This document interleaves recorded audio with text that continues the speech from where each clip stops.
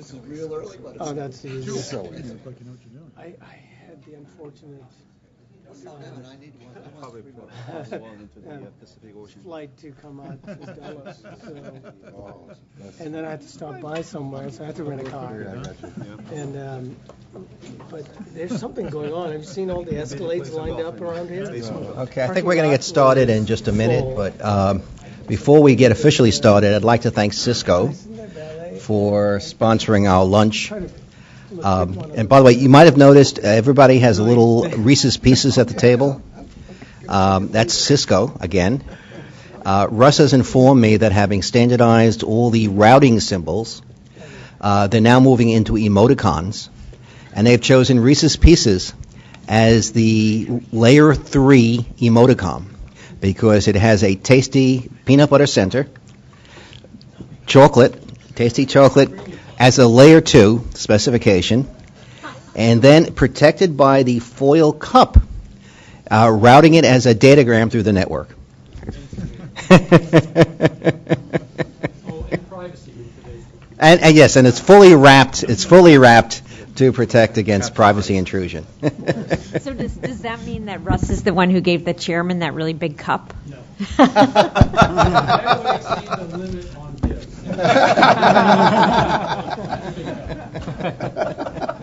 Well, as we always say, these meetings are very educational, so consider yourself educated. The value of the education may not be what you would imagine. However, education is there. I actually thought that the reason for the Reese's Pieces was the desire to end early because I am very allergic to peanuts, and so this would be a... Have another one. You see what I need to do? I know. Oh, dear. And with that, we will have our formal opening of the meeting. And I do want to welcome you all to the, some of you in the realm of important trivia. The question is, which year of the TAC is this? I mean, the Chinese have the various years, but which year of the TAC is this? Dale's working it.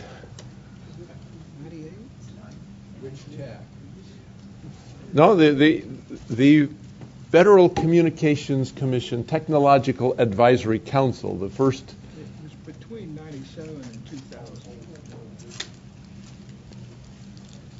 So, yeah, 97 to 2000, Dale says, and he's right in the category. No, well, it was actually continuous, but anyway, it was April of 1999. So this is the 19th year of the Technological Advisory Council. And that is what, the year of the snake or the year of the pig? Yeah. So we will work on the animal version of this as we go. In any event, I do welcome you to our first meeting of the 2018 season.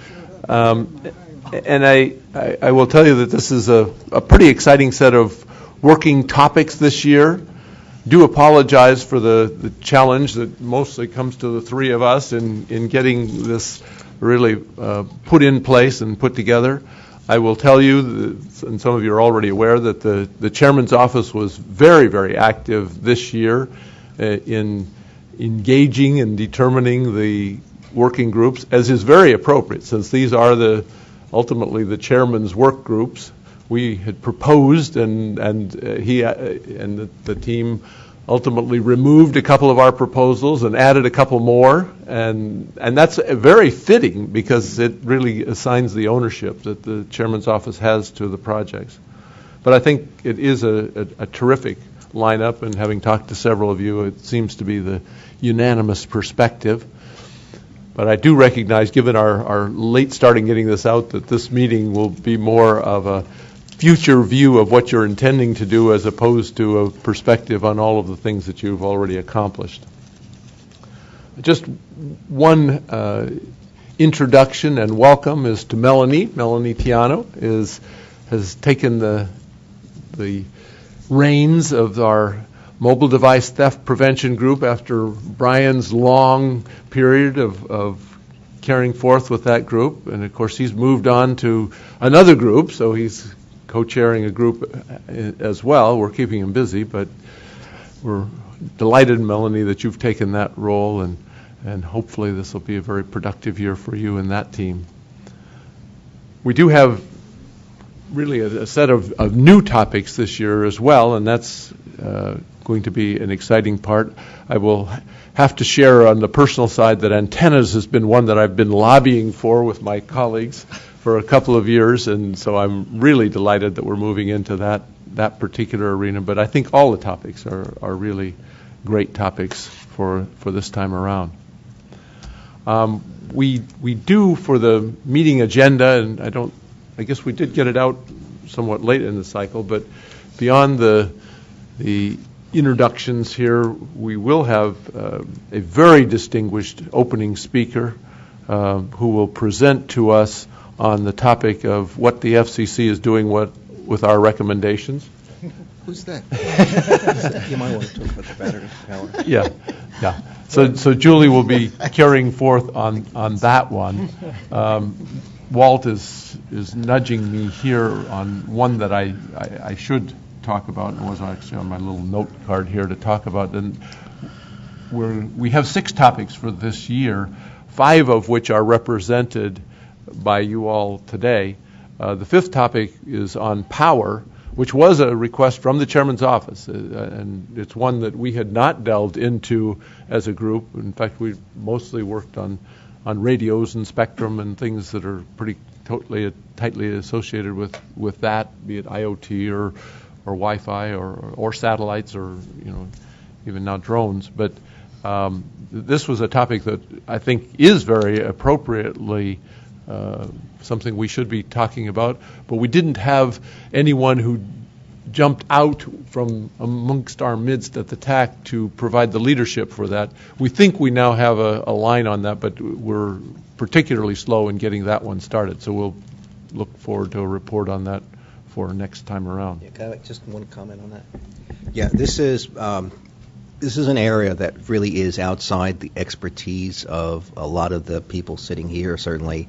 But even within their organizations, we're finding that the expertise in terms of things like power and battery technology are not in close proximity to, they're often scattered across the globe, or they're with companies that are really not aligned with the telecommunications sector. So there's a long build-up period in terms of discussion with them. So we've identified a couple of leads, but this has proved especially tenacious in trying to run to ground.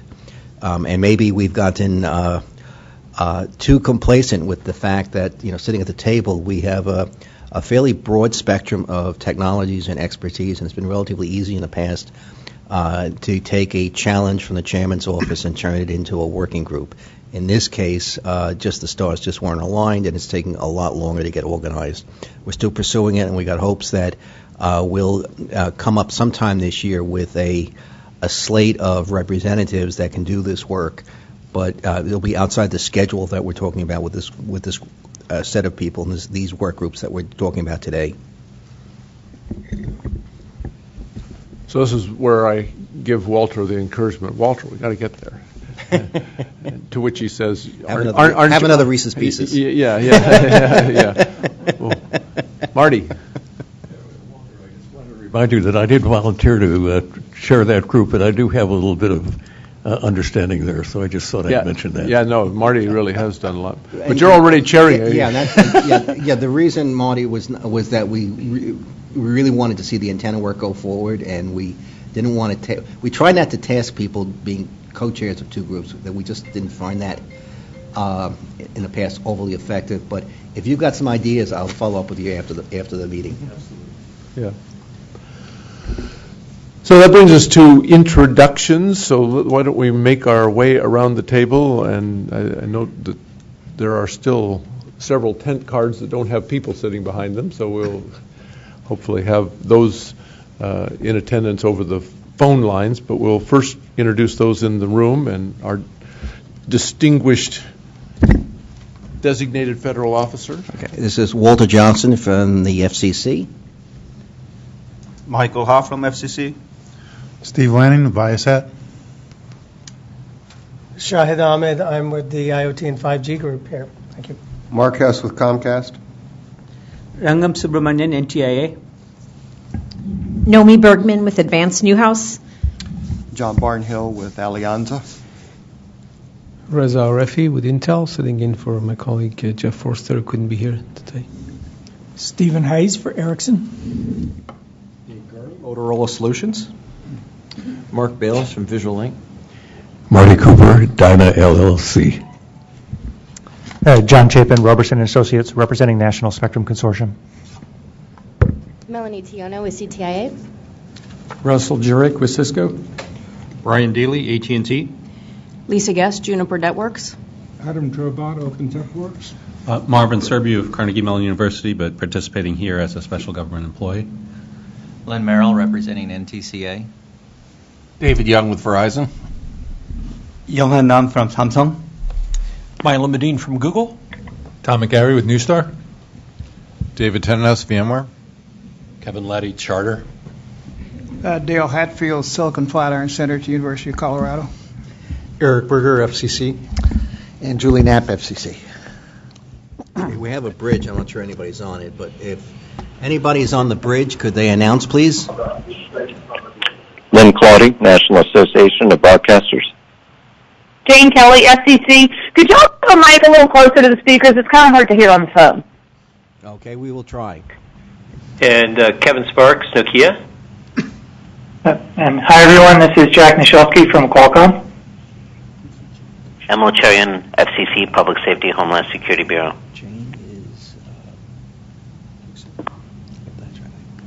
Anyone else?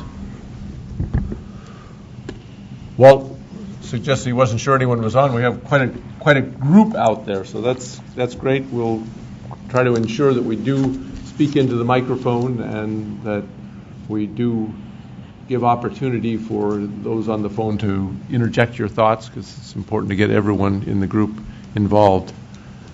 So with that, unless there are comments from anyone, we will move to our distinguished speaker.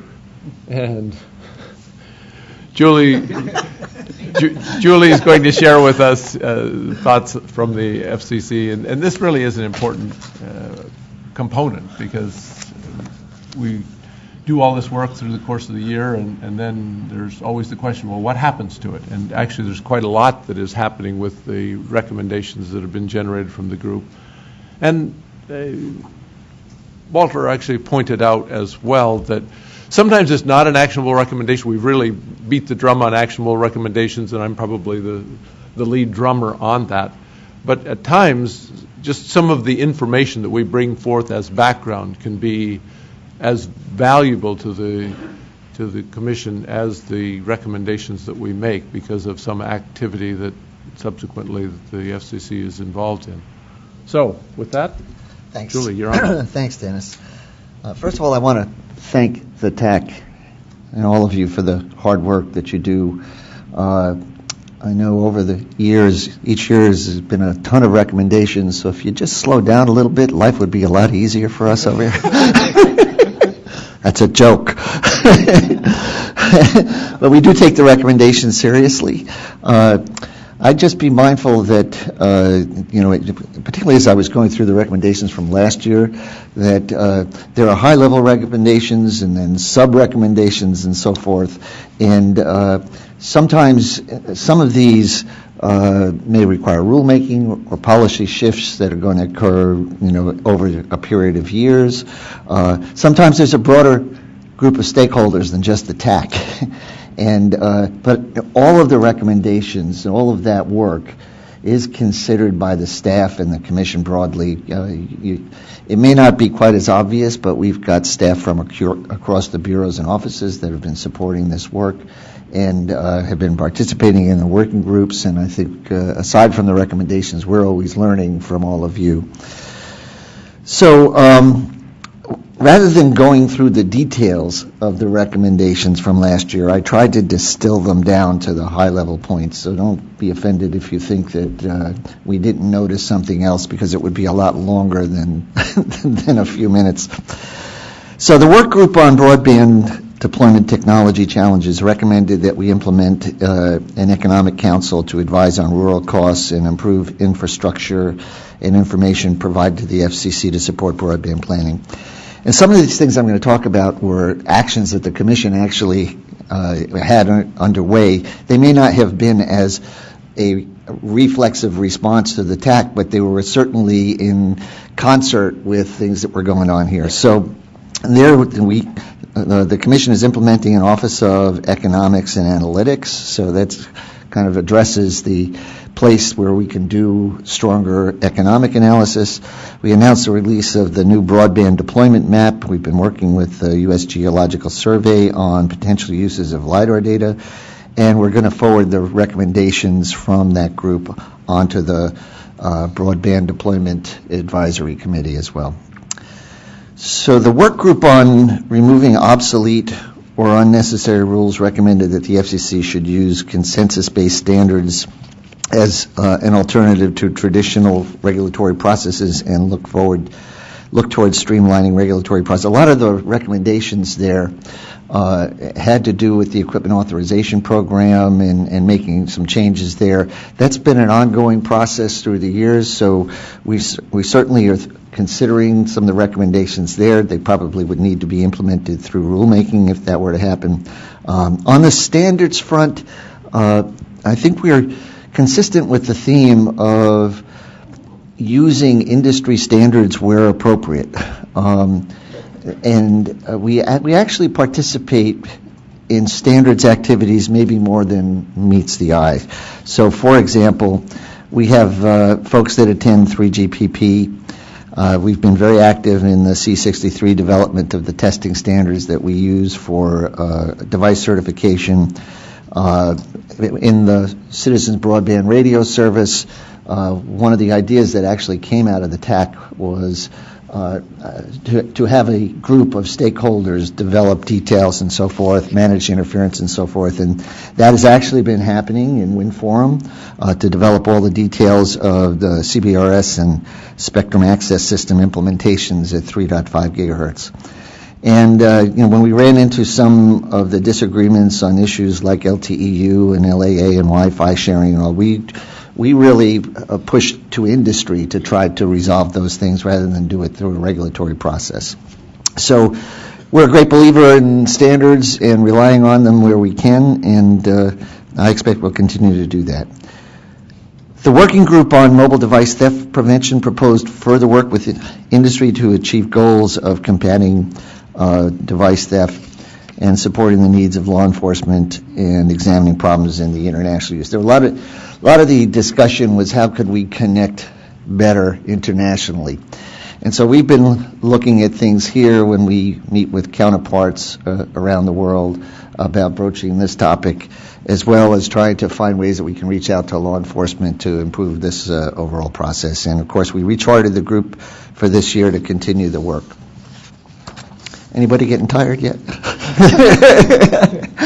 This is the part where we don't get tired. It's you who get tired. So the working group on the implications of next-generation TV broadcast technology recommended that the FCC should monitor the progress of ATSC 3.0 deployment and determine if FCC action is required for any issues. And of course, the FCC had authorized ATSC 3.0 last November, and we've remained engaged with the broadcasting industry on the progress of deployments. There's one of the first full cities doing a trial of ATSC 3.0. That's one of the things that has changed. So we're working with the broadcast industry for the rollout of that, and certainly will be continue to monitor how it progresses. The work group on satellite communications plans suggested the FCC should consider the use of risk-informed interference analysis for interference analysis, and particularly relative to the sharing of the spectrum between NGSO satellites. So, and also said that we should seek to improve broadband deployment data.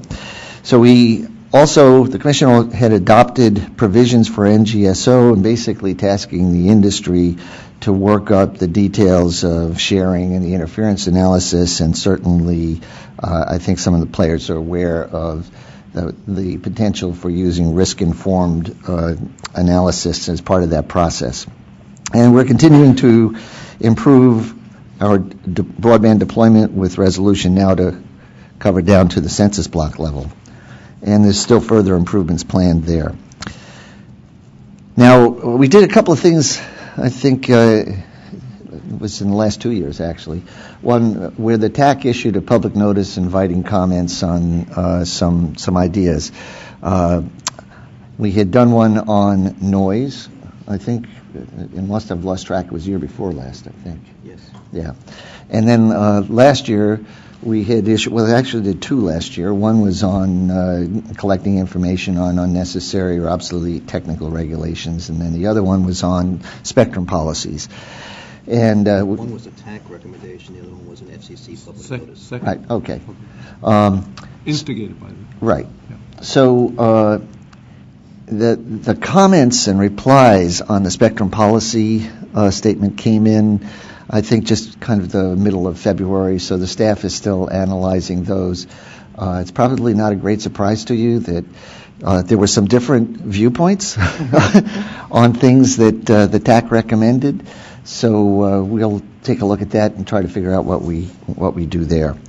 I've actually read most of them myself, so they aren't sitting on a shelf someplace. About enforcement. And Dale, I think this is all your fault. So we are listening, and I think I saw Bruce Jacobs back there, yep. and Wrangham here.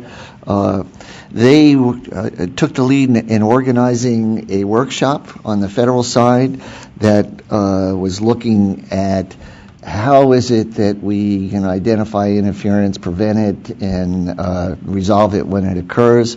It was a great workshop. I thought there was a lot of dialogue about how we can improve things, both on the federal side and together with the FCC. We certainly have much more to do, but I thought it was a great start, and everybody understands the importance as we're packing more and more in the spectrum that we are doing a good job of managing interference. So, there's a whole bunch of other projects that were sparked or by the TAC or certainly played a role in that are keeping us busy. Certainly one of them is the 3.5 gigahertz CBRS rules and the multi-stakeholder process. We've been making a lot of progress. We've approved the first batch of Spectrum Access System administrators. We've been working with the NTIA and the Institute for Telecommunications Services out in Boulder on the test suite, which should start shortly to actually run the SASs through their paces, make sure that they do everything that they're supposed to do. So there's been a lot of progress on that front. We do have an outstanding rulemaking that we're working on, so there's a lot of energy being devoted to that. Spectrum Frontiers, we're continuing, and then again, this came out of the TAC. Why don't you take a look at the millimeter waves? If only we knew how much work was going to be involved. Another joke. Only a half-hearted joke, I would note. No, seriously, I think it feels really good for everybody. Everybody here at the agency, and we work with NTIA and the executive branch, and everybody's pulling together to make Spectrum available and put the rules in place. We've got other bands that we're looking at to try and make available, so there's a lot of work and energy going into to make that happen. And I know I'm leaving someone. So I just want to make a couple of quick points here that are in concert with what Dennis said. The actionable recommendations are still desirable, but education information is valuable even if it's not specifically actionable. I think part of this is information and helping the agency better understand issues, better understand where technology is and where it's going. So still want those actionable recommendations, but these may not all be things that we're going to turn around at least instantly. And a couple of reminders for the coming year. We continue to encourage the outreach by the TAC members through the work groups for technical experts. I think that has been fantastic. We're somewhere in the mid-40s for actual TAC members, but somewhere in the mid-100s for the people that 200s. Another 50 people showed up. And it's been extremely beneficial because we have terrific expertise with the members of the TAC and the groups that they represent. But obviously, no one group is going to cover everything. And I think what has happened is being able to reach out to experts on the outside and use that information has been terrific. But remember that the outside experts are not actually members of the TAC.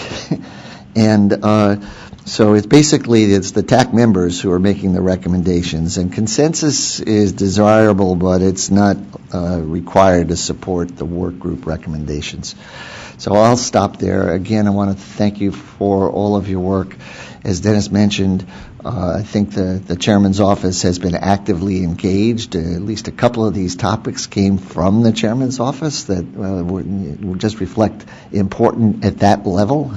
And we've got a terrific set of topics for the coming year, so we're looking forward to the ongoing work. Thanks. Great. Thank you, Julie.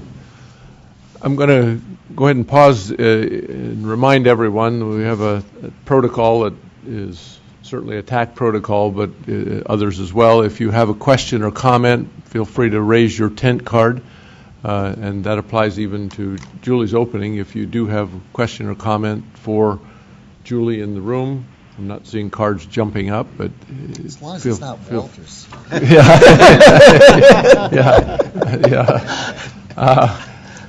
Any questions or comments from those on the phone lines? Okay, hearing none. Marvin was fiddling with his, but I didn't hear anything about any response to the recommendations on extending broadband to unserved areas. That was one of the working groups last time. That was the first one? Yeah, that was the first, and I think it was... right over my head then. You still haven't quite engaged yet, Marvin. But I think the key piece out of that, because there were a lot of sub-bullets in there and a lot of pieces to the recommendation, is that since we have another advisory committee that's dealing with broadband, we thought we'll just take that information, we'll pass it on to them. Yeah, in fact, let me add, I was very impressed with that body of work. I called the chairman's office. I basically made sure that they saw a copy of it. We had a chance briefly to discuss with them. So I think it's great input. It is a lot of points to ponder in the and this is an example, by the way, where even not all those recommendations were actionable in and of themselves, but provided context, I thought, for where you might have to look for answers. So I just like to compliment the work that you guys did, and it wasn't ignored. And again, I think it'll go into some of the processes going on this year.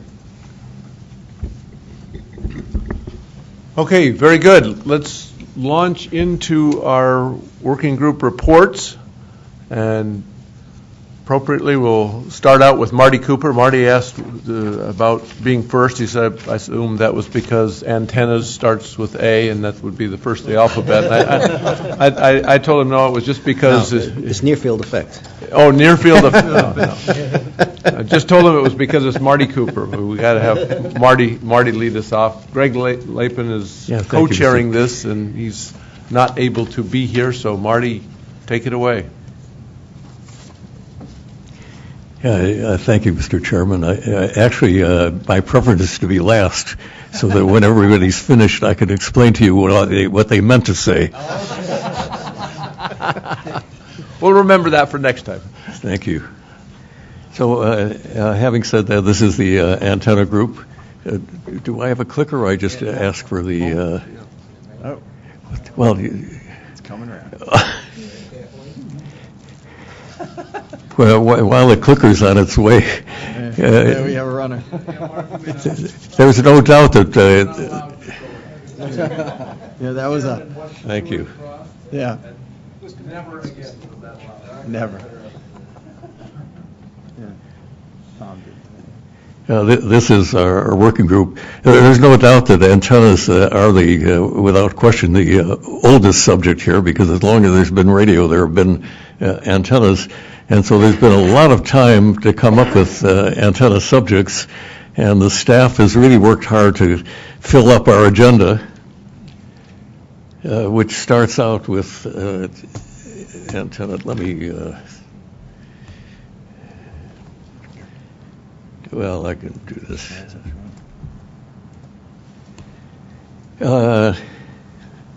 Hang on a second. We do continue to have our same challenges attacked with the slides that are usually illustrated by, as you can clearly see. I'm sorry, Dennis, I couldn't Since hear the you. font is such that you can never see, but... Yeah. Well, I'm not going to go through all of these issues because there are so many of them. The one thing that was clear that we're going to have to zero in on some of them at some point, and so we took a lead from Milo, because Milo always talks about doing a taxonomy, and we started to do a taxonomy where we were looking at things like large antennas versus miniature, metamaterials versus ordinary materials, satellites versus terrestrial, electronic steering versus mechanical. And our first speaker introduced an antenna that used miniature antenna elements to create a very large antenna. He used both metamaterials and ordinary materials. It was a terrestrial antenna used in a satellite system, and he had electronic beam steering and mechanical steering all in one device, which totally destroyed our taxonomy. So much for that. We have had 3 meetings. They've all been very successful and have already generated potential recommendations. Our first meeting was, in fact, the satellite person I just talked about. Our second meeting was on 5G, where Ted Rappaport gave us an excellent summary of the work that he's doing in this area. I'm pushing the button, and... No, you just went through all of them, Marty. Oh, how come it's not doing it on my computer? Because it's working on this computer, Marty. Nope. Yeah. Put it all back. I got all the way to the end. Well, and there we go. All right. We'll work on that for the next meeting. I did want to mention one conclusion that we came to after Ted Rappaport's session. I would like you to report to you, Mr. Chairman and Walter, that I'm not using the Wall Street Journal to place my recommendations, but a week or so ago, Rob McDowell, former commissioner, wrote an op-ed in the Journal, in essence pleading for municipalities to make their light poles available for 5G. And I thought that was a great idea. And in fact, that's one of the areas that our antenna group is looking at. But in this morning's Wall Street Journal, we have my letter to the editor, which suggests that that's a great idea, but these antennas ought not to be ugly. I don't know if that makes sense to you, but yes. About 20 years ago, I introduced a concept because I was looking around at all these terribly ugly cell sites, which still exist, called the Cooper Ecological Cell Site. And it goes by the acronym CECS, pronounced sex. Sorry, Julie. And what was the Cooper Ecological Cell Site? It was a tree. And in fact, there are many. And the point of the comment made in the Wall Street Journal today is, yes, I do think, and we are going to consider this a recommendation, that the light poles and other poles in municipalities should be available to carriers, but they should have an obligation to make these things either invisible or attractive. So I just want you to know, Julie, that was a viewpoint, not a recommendation. Whoops.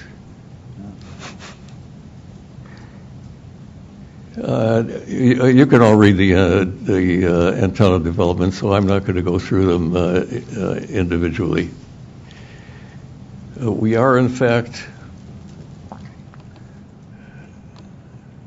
going to spend a considerable amount of time in array antennas because that's one of the most potentially fruitful areas, and one that will affect a number of things, mostly spectral efficiency, which is a favorite subject of mine, and which I think is going to be crucial in the future.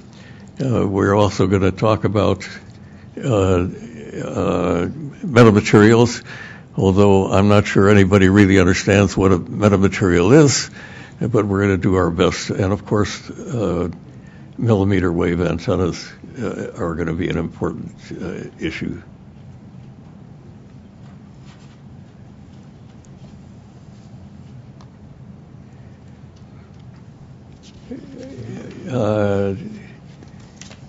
Everybody can read these, and I don't think there's anything new on that.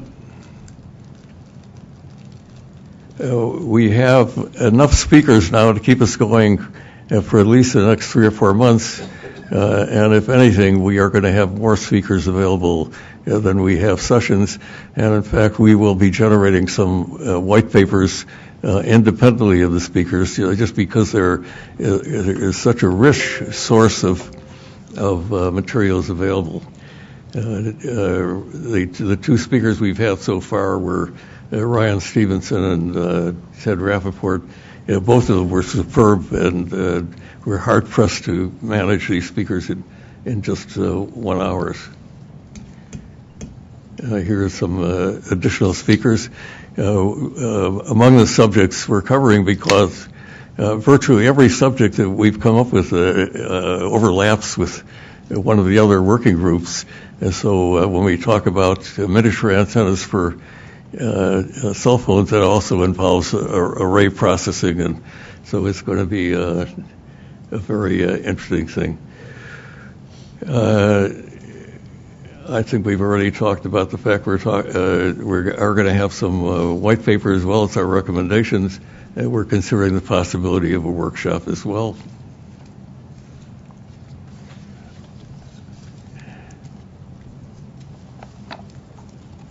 And that concludes my report. Thank you very much. No, you are clearly off to a rapid start on a very hot topic. The reason this has been so important to me personally is that, as Marty has described, antennas were always these nice pieces of metal that were half or a quarter wavelength and all of that sort of thing. And a lot of the regulations are written with that in mind. And as you've just described, that's your grandfather's antenna. That's not the current antennas at all. So attacking this and really getting arms wrapped around what the antennas are, and I think your taxonomy point illustrated this very, very well. It's hard to even categorize where antennas are because they are defying categorization in terms of all of the dimensions that you went through. So it's a very rich, very interesting area, and certainly one where I think we can make some good progress just by digging down and finding a way to characterize antennas better. And to some degree, although it's not the purpose of the group to identify regulatory areas where perhaps some effort could be made to update the regulations as you find them, that's fair game as well. Great. Looking around the room, I'm not seeing a lot of tent cards flying up, other than I was going to give you the last word, and it looks like I may. Walt, you're on. I just wanted to comment that in the last couple of years, from the experimental licensing perspective, we've seen a real uptick in people bringing forward applications that require steerable antennas. In fact, there's been a marked change from, say, 5 or 6 years ago, where a steerable antenna was, if not unusual, less common. And now we're seeing a whole range of innovative applications, typically from some form of mobility, where a steerable antenna with much higher performance requirements is being sought. So this is increasingly an important area we're looking at. It goes from the ground to space. We're looking at situations where people are now deploying phased array antennas, gimbaled antennas. We've seen the metamaterials come forward. 3 or 4 years ago, about 4 years ago, we saw our first experimental application, at least I was aware of. And it seems like there's been an explosion of people trying to make the network much more agile in terms of mobility. So this is an important area for the Commission in terms of understanding the limits of what's achievable and how achievable. And I think, I see two things, a couple of dimensions. One, antennas need to be light. They need to be steerable, and to the extent that they have narrow beams, that's often very desirable as long as those beams can be tracked between the transmitter and the receiver. So it's a very interesting area at this point in time. And Marty is. Well, I certainly support that, and we are going to be doing our best to expose that. But I would like to suggest that the term steerable may not be the appropriate one, because there is the potential using array antennas to actually create pockets of energy in space. Yes. And if you think about that, if you make those pockets small enough, you could get almost infinite spectral reuse. And, I've been spending my whole life doing that, and I think that's crucial. So I'm not being critical. I'm supporting what you just said. In fact, in response, we've actually seen applications emphasizing that principle. So I just omitted that in my discussion, but I'm saying we've reached a tipping point where what was uncommon as a technology is now being sought after as a common application. And I think that's always a critical phase in technology evolution. Thank you, Walt. That's and just great. Piling on, the implications there from an interference standpoint and from, therefore, a shareability standpoint are just phenomenal. So it's really terrific. All right. No, John. John, go ahead. To follow on that exact comment, once you are doing this trick with putting pockets of energy in places in space, the notion of whether a channel is in use or not is no longer well defined. Mm-hmm. So those of us who look at things like spectrum sharing, dynamic spectrum access, have some work to do. You're Shahid. Shahid first, and then. Marty, quick question for you. Will you be looking into zoning issues relative to small cells as part of your recommendations? I guess the context here is that a lot of these state and local authorities still treat these small cells as though it's like a 100-foot tower. So just wondering if you're going to look into or explore zoning issues. It's not yet on our agenda.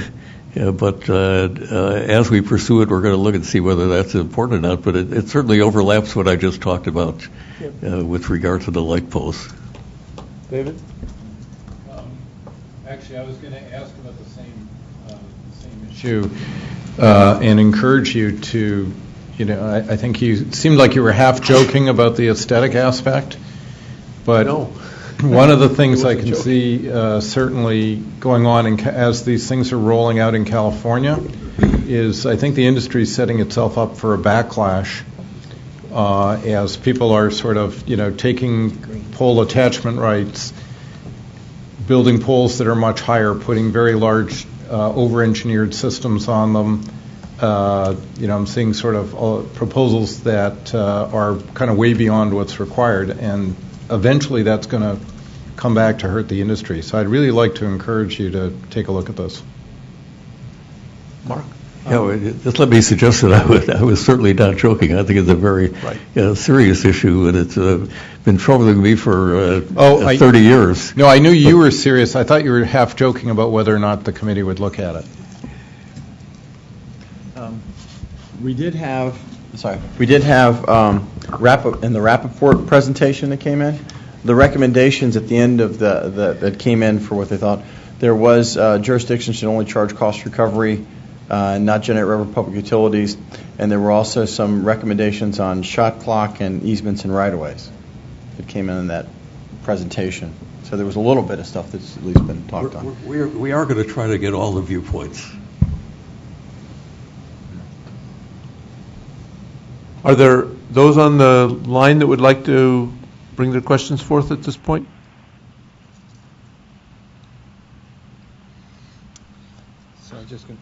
Julie, then, go ahead. Yeah, just to hop on the points, certainly the improvements in efficiency, the ability to manage interference, I think, more effectively. But don't lose sight, too, of the point I think Dennis alluded to. A lot of our rules are based on the old technology. So they assumed antennas radiating or in a given direction, and they stayed still. I would encourage you, and I will encourage from my end, talking to our equipment authorization people, because they're going to have devices that are submitted for equipment authorization where the beams steer. And I'm guessing that what people would be told is set it up for maximum radiation and turn it on so it stays there. And that may not be the appropriate answer. And I think for us, too, is try to understand, well, how is it being controlled and so forth. So one of the elements here is, are there anything in our rules that are inappropriately going to stand in the way? Michael. Yeah, just wanted to point out that as we are getting into these phase array antennas and everything else, people are looking back and say, looking at these omnidirectional antennas we have on the phones and so forth, we're looking at how inefficient way of using energy. Because you don't know where to transmit, you transmit everywhere, hopefully somebody will pick it up. That's the concept. It may be very costly effective, whether it's spectrally, as Marty is kind of trying to push a more spectrally efficient way of transmission. So, the directionality of the antenna, knowing where to point to, some of this intelligence, if they be combined, I think there's a much better way of a spectrum sharing, especially when it comes to dynamic spectrum sharing and other techniques that we're discussing. I just want to leverage onto something Julie said, that one of the areas we wind up talking about these more dynamic antenna arrays is in areas where the service rules assume fixed antenna arrays. And right now it's a conundrum how we talk about something which has fairly static numbers versus something that has fairly dynamic numbers. So if you guys could give some thought to, as we take these antennas, some of which are used in mobile applications, they might be tethered aerostats, they might be flying platforms, that might be satellite situations, but often we're finding that they're encroaching on, and that's a bad term, I don't mean that in a negative way, but they're overlapping applications that historically have been looked at in terms of fixed antenna situations, and it raises the issue of how we look at this from, say, interference perspective or how we look at it from compatibility perspective. So emphasizing Julie's, the rules are reflective of the past and not necessarily the future. Bear that in mind. And John, you had a... Yes, just to follow on the point that Julie raised, because I think it's tremendously important. What we've seen in some of our past research is that when the beams are re-steering multiple times a second, say, that was part of their design, is 5 times a second they change the beam pointing, you actually can have transient effects where they are not either well controlled in space or in frequency. And so it may be vital for a test regime, if a system is intended to be used in a dynamic way, for the test regime to operate it in that highly dynamic mode, and we're not really set up to do that yet. I think that's a good point. Great. Marty will take the final word here. I can't resist. A dull subject. Yeah, exactly. Really, this is the most exciting discussion I've heard in a long time. Because when Michael and Walter, you talked about dynamic spectrum use, if we would treat the spectrum like an efficiency problem, the minimum energy required to conduct any communication, I'm really serious. I shouldn't have told all those jokes before, although nobody laughed at them, so it's okay. But, if we consider the spectrum in that way and we optimize using those rules, forgetting about all these things we have about exclusive allocations and all that, we would have increase in spectrum efficiency of the order of millions of times. The whole concept of spectrum scarcity, it would be ridiculous. There would be more spectrum you could ever possibly use, and the technology to achieve that exists now.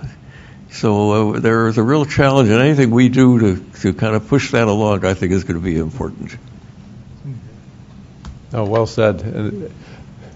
This is, I'm shivering here inside because this, as I introduced this really is a topic that I've been wanting us to dig into for quite a while, and now that we are, I'm genuinely excited about this. This is going to be a great year in this area. And hopefully we can provide a lot of insight that will be very helpful to the Commission, but through the Commission to the world at large, which is the picture you just painted, Marty. So thank you for that. With that, seeing no more tent cards and hearing no more input from the greater world, we'll move into communication strategies for unmanned aircraft systems, which is definitely a mouthful, but it's another hot topic. Take it away, John Chapin. So I'm John Chapin, and I am chairing the group on UAS communication strategies. Could we have the first slide, please?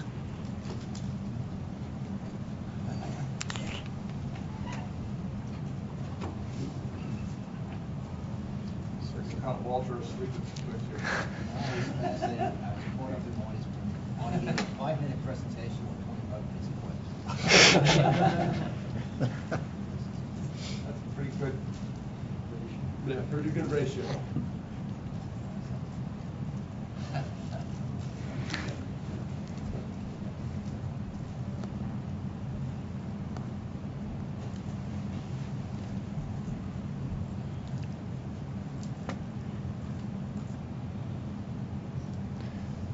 So while we're waiting, I will say, there we go. Thank you very much, Walt. So this is the group on unmanned aircraft systems. I am the chair. We have not one, not two, but 4 FCC liaisons. So this is great. We have only had an opportunity to meet twice. This group was a little bit slow getting started due to some organizational challenges. So the report today is not about anything that has happened. This is about the work plan we have put together for what we are intending to do as a group. First slide here, these are the working group members. We've had a wonderful turnout from across the whole TAC. Could I just say, folks who are participating in this group, could you raise your hands so everyone can see who's doing that?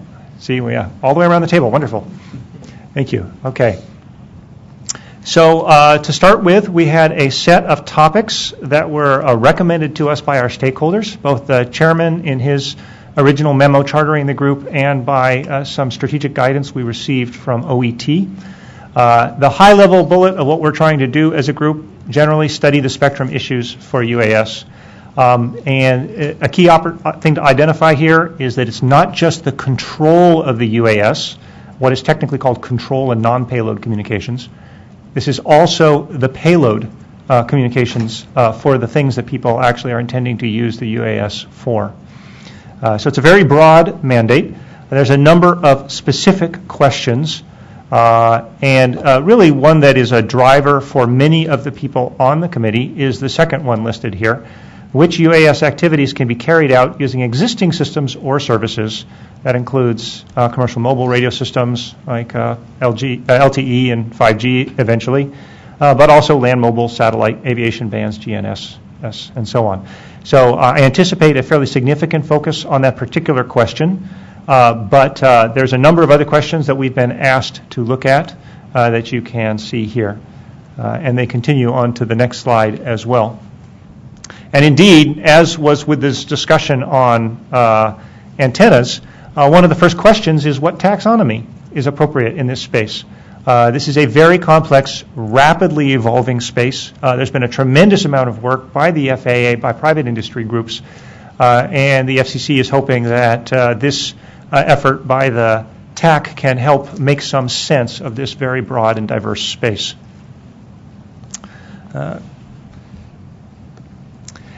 So here I'm summarizing the rest of the briefing. We have spent some effort building a work plan for where we're going to focus. I have divided the bullets listed here into the active topics on the left and the potential topics on the right. There's no intended prioritization between the two. The only difference between the two is that some member of the committee has signed up to work on the ones on the left. The ones on the right, we haven't got a name beside yet, and so those are potential topics, equally important, and we would hope that we have enough energy and participation to get to them as well. But the first 4 bullets on the left, those are the active topics, and those are the ones that I will be addressing in the next 4 slides. And then the one last slide of the briefing, I will cover all of the potential topics in one slide. So the 4 active topics: current situation and trends, basically background research; communication spectrum for UAS operations, or I could be more technical, I could say communication spectrum for CNPC. The third one is spectrum for UAS payload activities, and the fourth one is new spectrum management approaches. So a few words about each of those.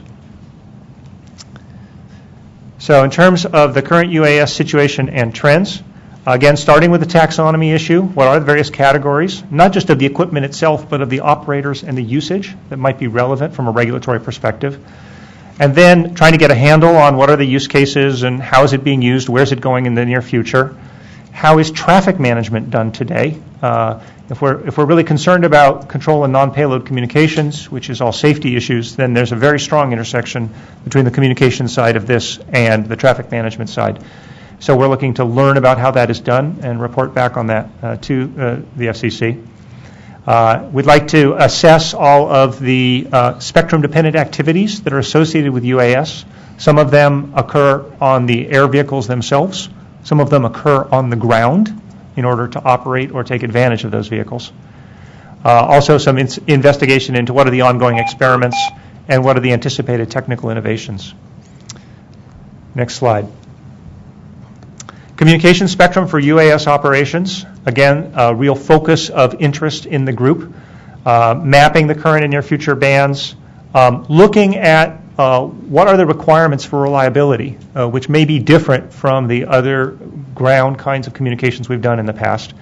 And how does that impact the current operations of the systems? Is there any evidence that current communication systems are not reliable enough for the UAS? There's some interest in working out a more general methodology for air-to-ground and ground-to-air interference. This question shows up in a lot of different questions that arise in this area. And for example, when you're looking at adjacent band interference, if you take an analysis that was done with the emitters on the ground and now you put them up in the air, does that invalidate the analysis? And now you might have adjacent band interference that previously didn't occur. And then this major focus on use of existing systems and services and all of the areas associated with that. Finally, international harmonization issues. There's a great deal of effort going on in the ITU and 3GPP and in other countries. And perhaps there's something that we can say to the FCC about that. Spectrum for UAS payload activities. A little bit harder to get your hands around, but we do see some opportunities to both categorize and quantify those usage and those requirements. And then with a particular interest in potential interference from that airborne use to ground systems. New spectrum management approaches. This is where we get to the more research forward-looking perspectives on things. One idea that the group is interested in looking at is the potential for an integrated system that combines spectrum management and UAS traffic management. That has a couple of implications if you could actually do that. For example, if safety of flight requires there being sufficient spectrum for a given vehicle, when you file a flight plan, that system could come back and tell you, I'm sorry, you can't do that flight plan because we will not be able to give you enough spectrum in this segment where you're trying to go to. You need to pick a different flight plan. And the vice versa of that is that if you integrate the two together, you can actually make your spectrum sharing decisions on the basis of knowing the flight plans. And that gives you the opportunity to improve spectrum sharing compared to what we would get if they were completely divorced systems. So there's interest in looking at an integrated system of that type. There's also interest in looking at various ways that the FCC regulations could point forward to provide technical support for making enforcement more effective, for making forensics more effective, or generally for improving safety. One of the questions we got from the stakeholders is there an appropriate role for new station ID requirements? Every once in a while you're transmitting, identify yourself. Could that support some of these needs? Should the systems that are using this spectrum for UAS operations, should they have a black box on board that records their spectrum access decisions, so that if we do actually have a safety of flight issue associated with interference, we can go back and do the forensics on it and make sure it doesn't happen again. So ideas like that are of interest for investigation by the work group. So last slide. These are the potential topics, again, of equal priority to the ones previously described, but nobody signed up yet to contribute to them. We'll get to them if we can.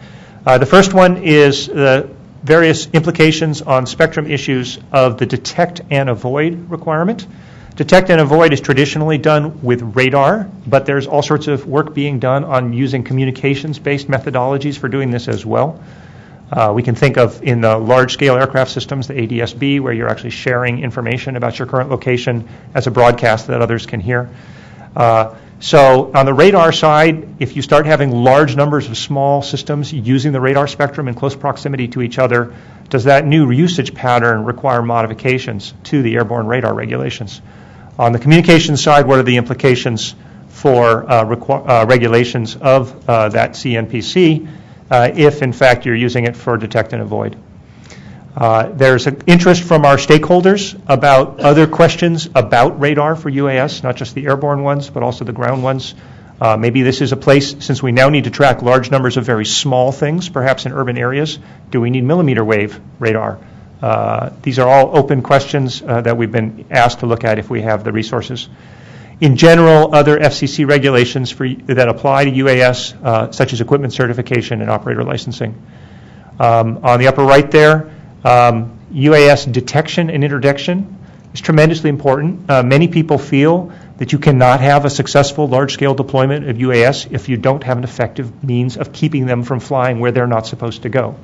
And so what is any FCC actions that might be needed to support effective deployment of interdiction methods? And the start of that would be a survey of the proposed mechanisms for doing it. Finally, test facilities and innovation. What regulatory issues might require new facilities? There's this new work that the FCC has been doing in recent years on the program experimental radio license rules, and should those be modified or extended, or do they fill the need as stated? And are there any other opportunities to accelerate innovation? So, boy, it would be wonderful to attack every single one of these bullets with a thesis, but we're not going to be able to do that this year. So the group is actively driving forward. Certainly would be delighted to have additional participation, and we will be seeking out participation from the broader community. So if there are folks who are listening to this briefing today and who are not currently part of the TAC but feel they have something to contribute, we'd be delighted to hear from you. Thank you. Great. Thank you so much. Marty's first up, or maybe, well, Marty, go ahead, since the first one I saw, and then we'll go down with. I wonder whether we don't have a big opportunity here, because here's a relatively new service. I think the deployment of drones now is minimal compared to what it's going to be in the long-range future.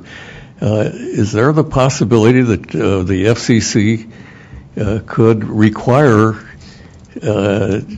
specific kinds of spectral efficiency if you want to use a drone?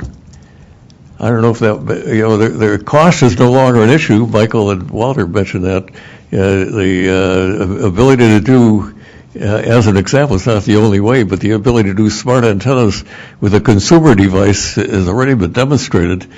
But one way to head off the problem and maybe set the standard for future services is to take a brand new service like this and start it off right. Interesting. Great. Milo? What? Yeah, I think there's also an opportunity to use the communication system to provide sort of a check on whether or not GPS or other positioning on the drone is actually being spoofed. Knowing where your location is, the communication network can give you, depending on the particular technology, a lot of data that adds a factor, adds a signal to validating the aircraft's position. So I think thinking about that as well may not be completely on scope, but I think would be highly useful. Thank you. I'd just like to encourage you to keep sort of global considerations in mind, because this is an area where there'll be a need for global standardization, especially if you start essentially linking with flight planning.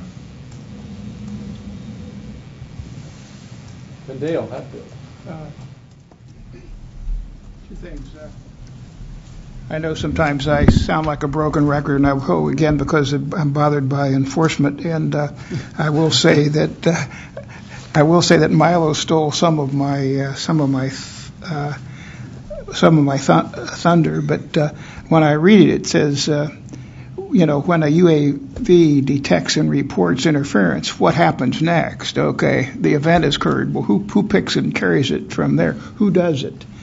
And talking about recording incidents in a database, here again, what do you do with a database? Who's responsible for analyzing it and so forth?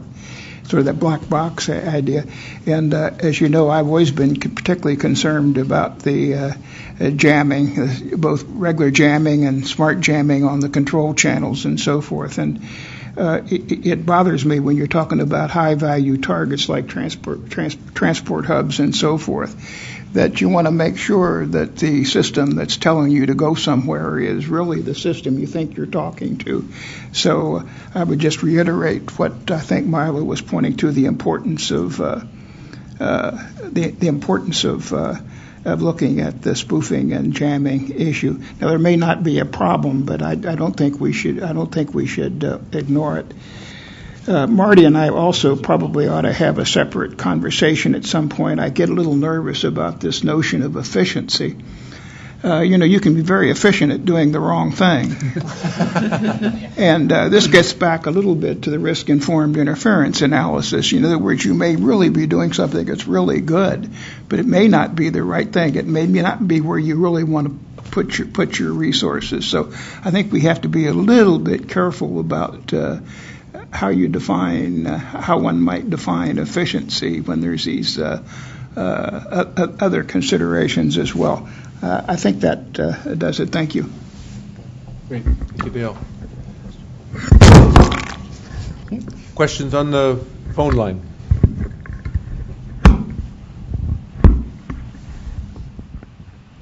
Thought we'd heard one. No.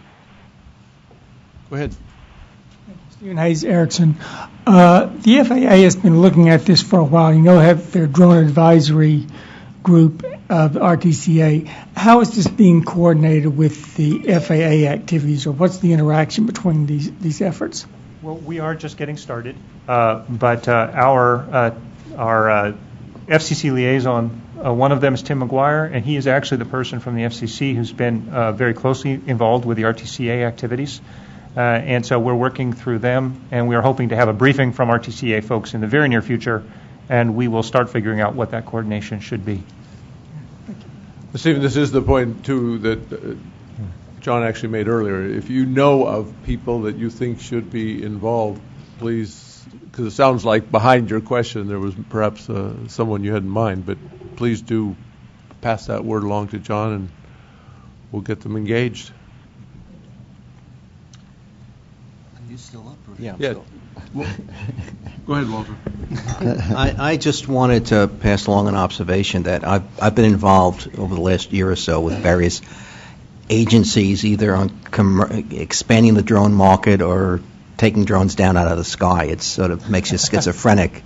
But one of the things that I found interesting was watching the actions of a major drone manufacturer, DJI, in relation to another government agency setting policy. So the FAA set some rules in terms of drones, in terms of how high they could fly, where they could fly in relation to airports, and without any government regulation or requirement, DJI, I think, was smart enough to realize that to protect a burgeoning market, they had to be a good corporate citizen, or a good citizen at least, and they baked in the policy rules that the FAA put out directly into their equipment. And when we talk about things like interdiction and detection, the other dimension of that is what's the policies that we would like drone manufacturers to do? How do we want drones to perform? I would hope the group would look at, in that context, not only how we detect drones that are interfering, but how do we want drones to behave? Because these can often be baked into the technology themselves. I think that's one avenue I see towards clearing the sky, and it reduces. It takes, if you have 20 million people with drones that can do anything they want, that's one scale of problem. If you have 20 million drones that have specific policies that prohibit their usage or limit their power or frequencies to specific bands that make them good corporate drones, then, although it's a strange phrase, but it Speaking from your corporate yes, history, it reduces the scale of the problem. And I think you have to strike a balance between encouraging good behavior as well as detecting bad behavior. Okay, to respond to that, in terminology, many years ago, our community created this term cognitive radio for radios that had the policies built in and wouldn't go where they shouldn't go. Well, you're talking about cognitive drones, maybe. But more broadly on terminology, actually less facetiously, we were strongly encouraged as a work group to not use the term drone. You'll notice that our slideware exclusively says UAS. That's the more appropriate regulatory term, and it doesn't have certain implications that other people find challenging. So I would like to recommend that as we, as a community over the course of the year, if we re-educate ourselves to hopefully use the word UAS, that will spark the appropriate path forwards for the broader FCC community. Thank you. Just a couple of things to keep in mind. I was astonished by how many different kinds of drones or UAS there are. So you got to be careful, I think, at the start, and I know you haven't done this, to kind of lump them all together. I would also mention, probably give Ron Rapazzi out of my shop, who's been on this for quite a bit. So that's when I would encourage you to try to break what pieces of this do you want to tackle, because I don't think it's anything. I'm sure it's not on the military side, for example, or some of the other federal uses. So that's one point. Secondly, I think when we were putting this together, it was in anticipation that there'd be close coordination with FAA and the other federal stakeholders because of the varied types, so that there's a clear understanding of what we're addressing here on the non-federal side and how that fits with what's going on the federal side. I think those are I was going to mention also for Wrangham, because I had already, who's here, to kind of bridge the work between NTIA and the federal side and the CSMAC with what we're doing here in the TAC. As I think this is a topic that really does need to be coordinated between the two, and to make sure that we make use of that, so we're all talking to each other, and we don't have, we get down to the end and we have recommendations to people say, well, you can't use that band. It doesn't. That's a federal band. We're only going to use it for such and such. So it's a great topic, and some of the things that we face. Obviously, FAA has been in the lead on this for a long time. A lot of people in the industry have been working with FAA, and it's not our intention to get in the way of any of that. It's just that sometimes what's going on now is it shows up on our doorstep. We want to use the unlicensed band, which is open, and you ask yourself questions like, well, what happens when it gets out of range? Things like that. So, great topic. Great. Go ahead, Wrangham.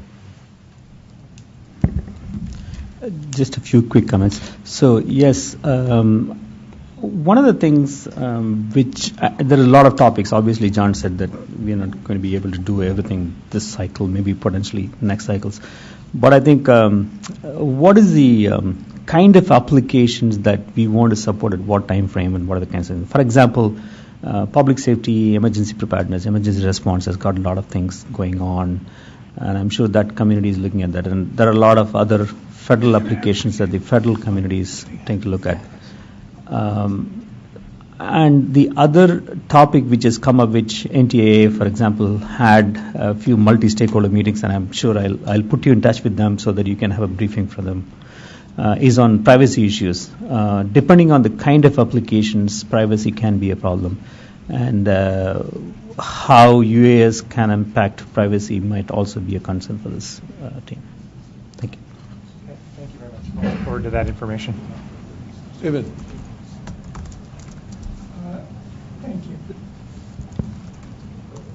I'll just speak loudly. Well, it'll come. Okay. Thanks, Stephen Hayes from Ericsson.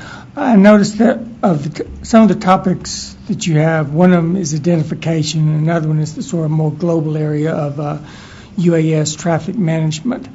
And I agree this is an important area. My question is this an FCC area? Because I hadn't necessarily understood that the identification and the traffic management aspects would be within the remit of FCC. Do you have a view on that? I feel that the recommendations that we make to the FCC cannot be made without understanding the way that the FAA is going to do and NASA are going to do traffic management. It's just an essential understanding, especially we are also thinking potentially about how you could merge the systems, but more basic understanding is absolutely required. And identification, you could mean two different things by that. You could mean the narrow FCC question of is it appropriate to require transmitting a station ID periodically during transmitting on certain bands. And then there's the broader question of how do you identify an unknown UAS that's flying towards you in the sky? The second one may or may not be an FCC issue. It would become a little bit of interest to the FCC if the mechanisms that were proposed to do that, necessary to do that, required certain spectrum access. And that would be within our remit to look at those mechanisms and find out if there's implications for the FCC. Okay, thanks. Oh, good. Very good answer. Very good. Thank you. Yes, certainly, all of those, even though the regulation itself might be an FAA issue, the implementation and the spectrum needed to convey all that information falls within the FCC realm. The other comment I wanted to make is that looking at different aspects and challenges that the UAS or UAV developments are facing goes back to the way that the regulations have been put in place in terms of defining different services and based on the characteristics of the system, the applications within those services. So we have terrestrial services, we have space services, aeronautical, and when most of these were written, these UAVs didn't exist. So, for instance, whether a small drone the size of this laptop is considered, is it terrestrial or is it not? Is it an aircraft? Is it the same category as an airliner, or is it not? And these show themselves in the regulations a lot of times. And finding the right balance and putting these into the right category, I think that would be helpful going forward. Thank you.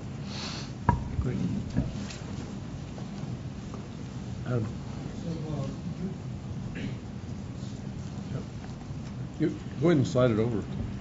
Okay. So sort of an oddball question. If you look at the web, you can find a video from a broadcast from Walter Cronkite, 1965 roughly, of a, I'm going to say UAV, that was actually flown on a microwave beam with a source of powering actually came from the beam itself. Okay, and I've now seen 3 or 4 startups that are looking at drones that are going to be powered by Earth-based microwave devices. The levels of power in those are considerable, so I'm just sort of wondering whether you're including something along those lines in your study. Very interesting. We'll add it to the list. Does the drone evaporate while it's... That's part of the cloaking. That's the cloaking device. Actually, Julie, we've had a couple of experimental let's put it this way, licenses. Julie, you can go to power levels with that sponsor. No. I don't think that's quite what was intended. Yeah, we've actually had experiment. And Adam? I would say like the little device that Marty Cooper demonstrated a few years back, delivering power is very much a possibility. And in fact, one of the antenna outfits that you had come and talk to you, they're doing some experiments along those lines. So. And the startups, Adam, have actually come in here. They've asked for experimental licenses. One of the applications that people have been looking at is high-altitude platforms, and the powering then becomes a source of enduring energy. So, yeah, the future's arrived. Yeah. Good. Okay, last call for those on the phone. Any questions or comments? It's really interesting.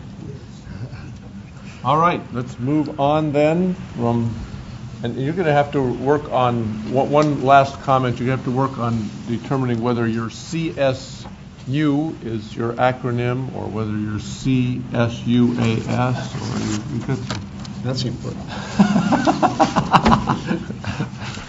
All the most important things. This was always, and the reason that this came to mind was the mobile device theft prevention as it became MDTP, which was at first a very unusual name, but now we've become quite familiar with it.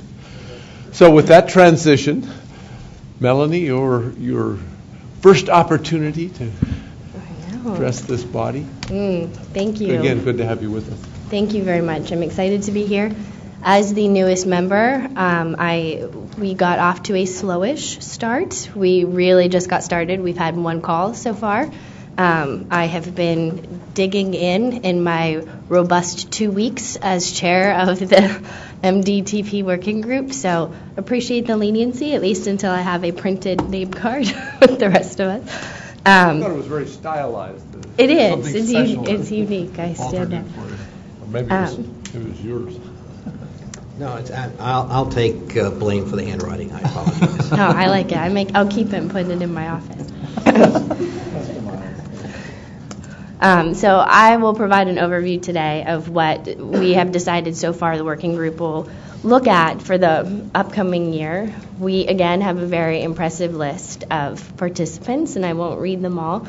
A few have even been added since this list was sent over. So thank you to all of the participants listed on here. Thank you to our FCC liaisons. I look forward to working with all of you. So as you all know, the MDTP working group has focused so far on analyzing the theft of mobile devices in the United States, working with both industry and law enforcement to increase the anti-theft security of mobile devices and facilitate the coordination of theft-related data between the industry, law enforcement, and consumers, and also to track trends.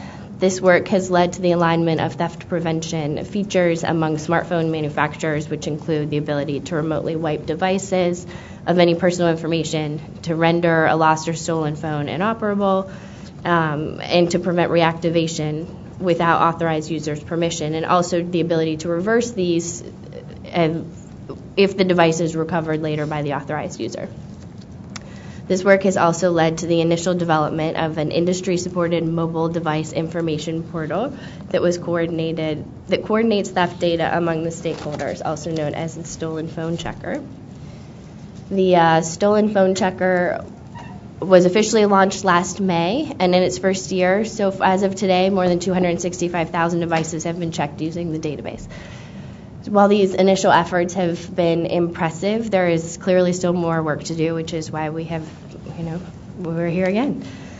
So for 2018, the working group is tasked to build on this early work. We plan to study the future mobile device threats and trafficking across international borders and make additional recommendations. We're hoping that this will help to identify the question of where these stolen devices are ending up, which I know has been a question that we've been looking at the whole time. We will continue to work with law enforcement to assess the benefits of the information portal to relevant stakeholders and work to identify any recommendations for continued industry collaboration with law enforcement. And we will work to develop additional baseline statistics on device theft based upon data from directed consumer surveys and law enforcement to help track the long-term progress. So I've included these next few slides as sort of an overview of the stolen phone checker. I don't think we need to go through them again since everyone seems to be more familiar with the work of this working group. On this one, I would like to note that the map of countries that are participating has not changed, which is part of why we intend to focus on the international aspect. There remain large gaps in the countries participating, especially throughout Asia, Africa, and the Middle East, and efforts are continuing to be underway to include these other countries. This slide is the current list of all U.S. operators that are participating in the GSMA IMEI database. There are 6.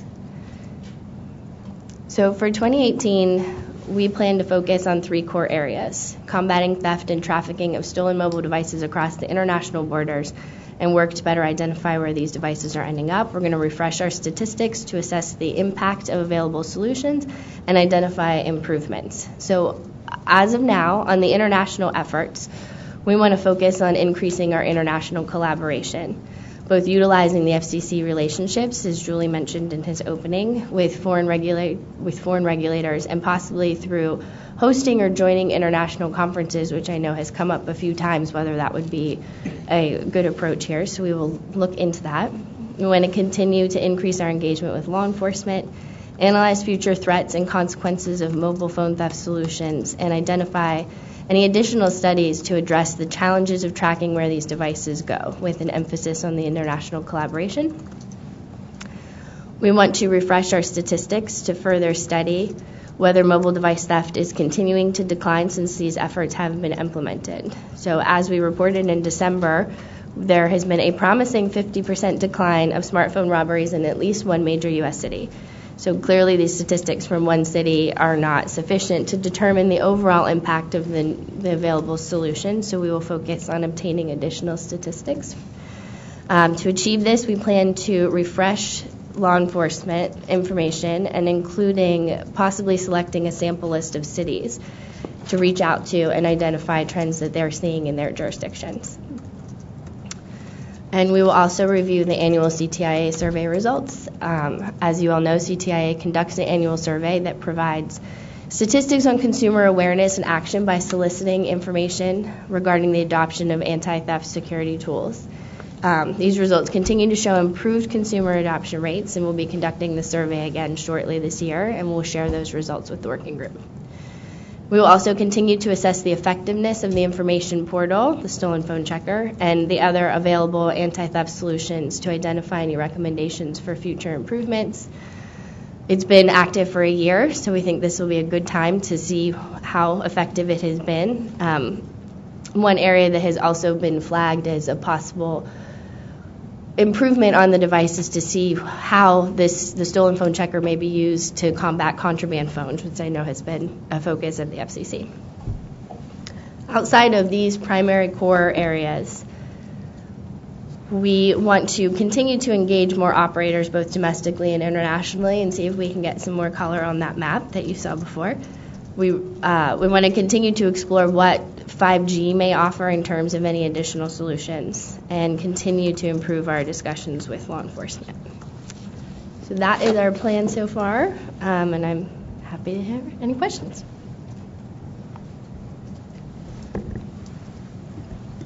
Not seeing any cards for the moment, I will. This has been a very hot area for me personally, and actually for Walter as well, for quite some time. I think you framed the challenges extremely well. As a mature work group, you really have some solid things that have been accomplished, first of all, that you're bringing in.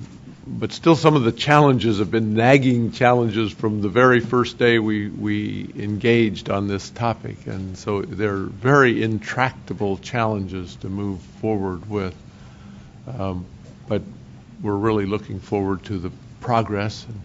And I'm sure Brian is particularly cheering on from the sidelines as as you proceed forward. But really, really key areas that you've outlined here at the end for us to move forward on. I don't know whether, Adam, you wanted to go up and down. Did you?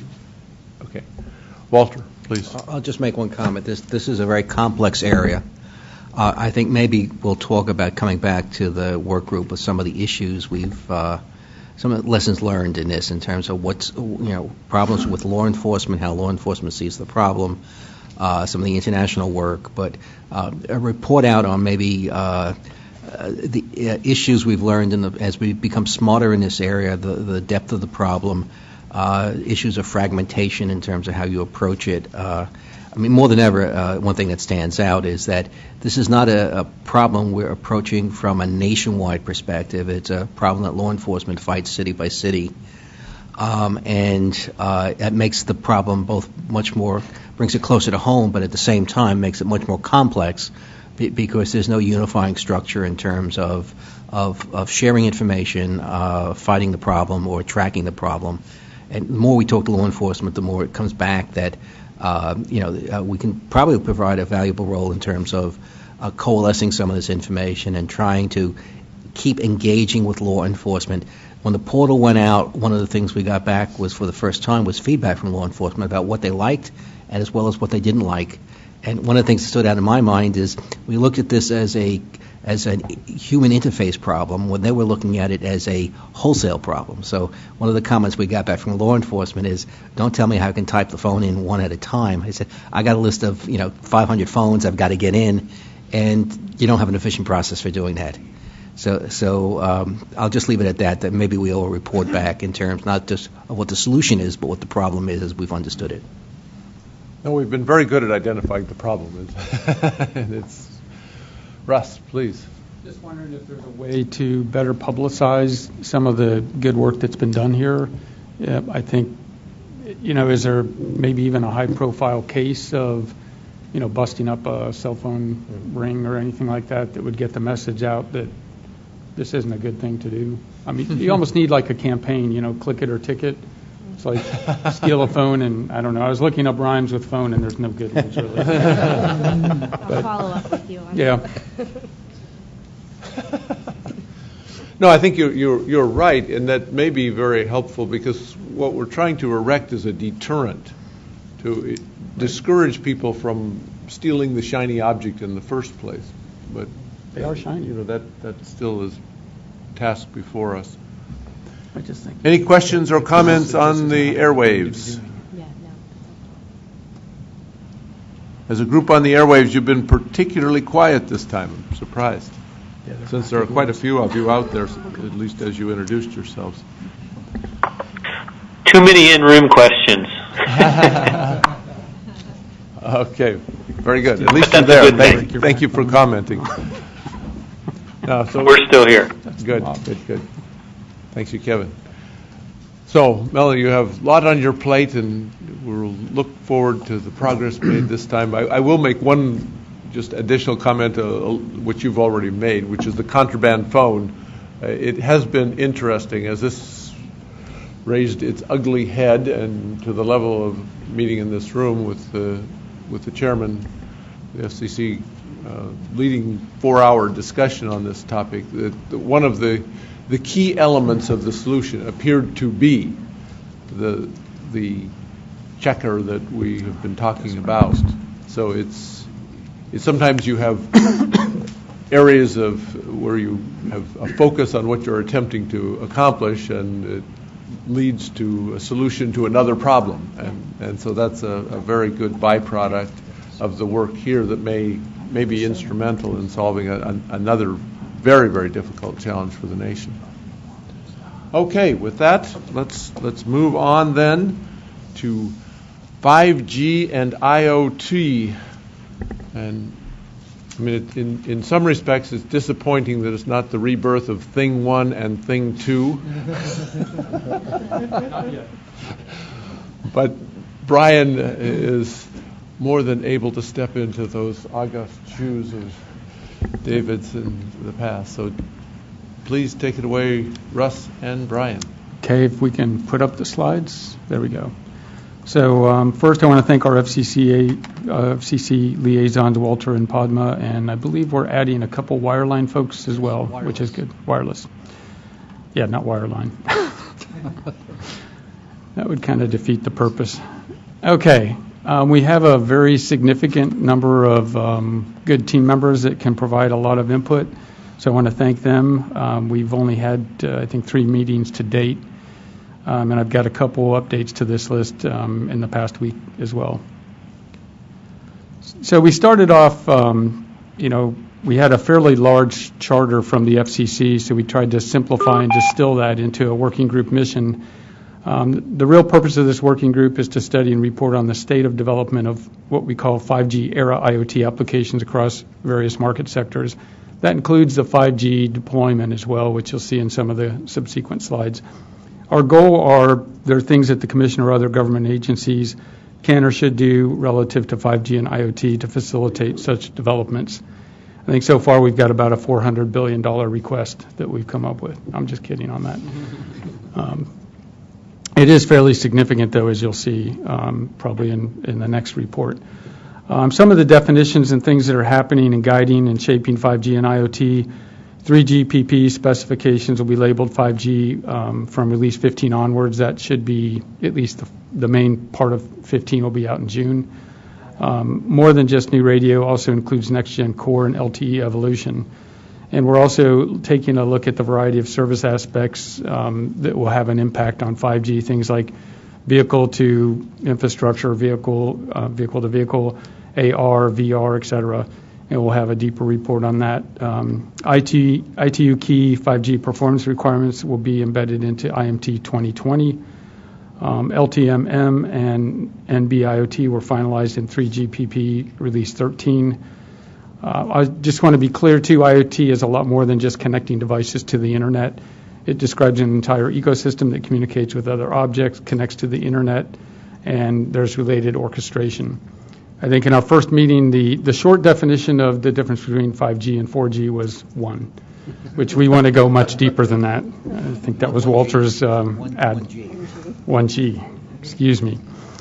Okay, so we do believe LTE and 5G will be the catalyst for large-scale IoT deployments. Now, as we start to do a bit, we probably won't do a full taxonomy. We're going to do a bit of use case development in terms of what services or applications are specific to 5G, requiring that high bandwidth, throughput, latency, and performance requirement that 5G can deliver. There'll be a large gray area, of course, in terms of things that could be done with other technologies, Wi-Fi, 4G, et cetera, that could also be done with 5G. And I think you'll see in terms of some of the steps coming up, why that'll be important. Also, what are the ultimate 5G expectations and what will spur further IoT innovation as well as enable improvements to solutions on the market today. So as we look at, there's a number of questions we'll answer from the group's perspective. We, as I said, distilled the charter into about 7 or 8 main questions.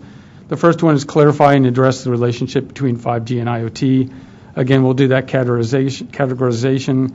We'll take a look at the performance and throughput requirements for services, what can be done only with 5G, what is in that gray area, and what could potentially be either narrowband, Wi-Fi, et cetera. And we'll tie those to use cases. We'll also take a look at market progress, coexistence and migration of 4G to 5G, some of the opportunities and some of the barriers related to that. Taking a look at, this has been in the press quite a bit, the USA competitiveness of 5G, where we stand worldwide. There's been a number of press since the first of the year, fairly significant on that. But we will take a deep dive on that, what makes some countries move faster or slower, what some lessons learned might be, take a look at research and ecosystem development, and the various economic and business models for 5G. Also, spectrum differences globally have some impact there. And then the other one, 5G era IoT applications. Is there a killer app or apps?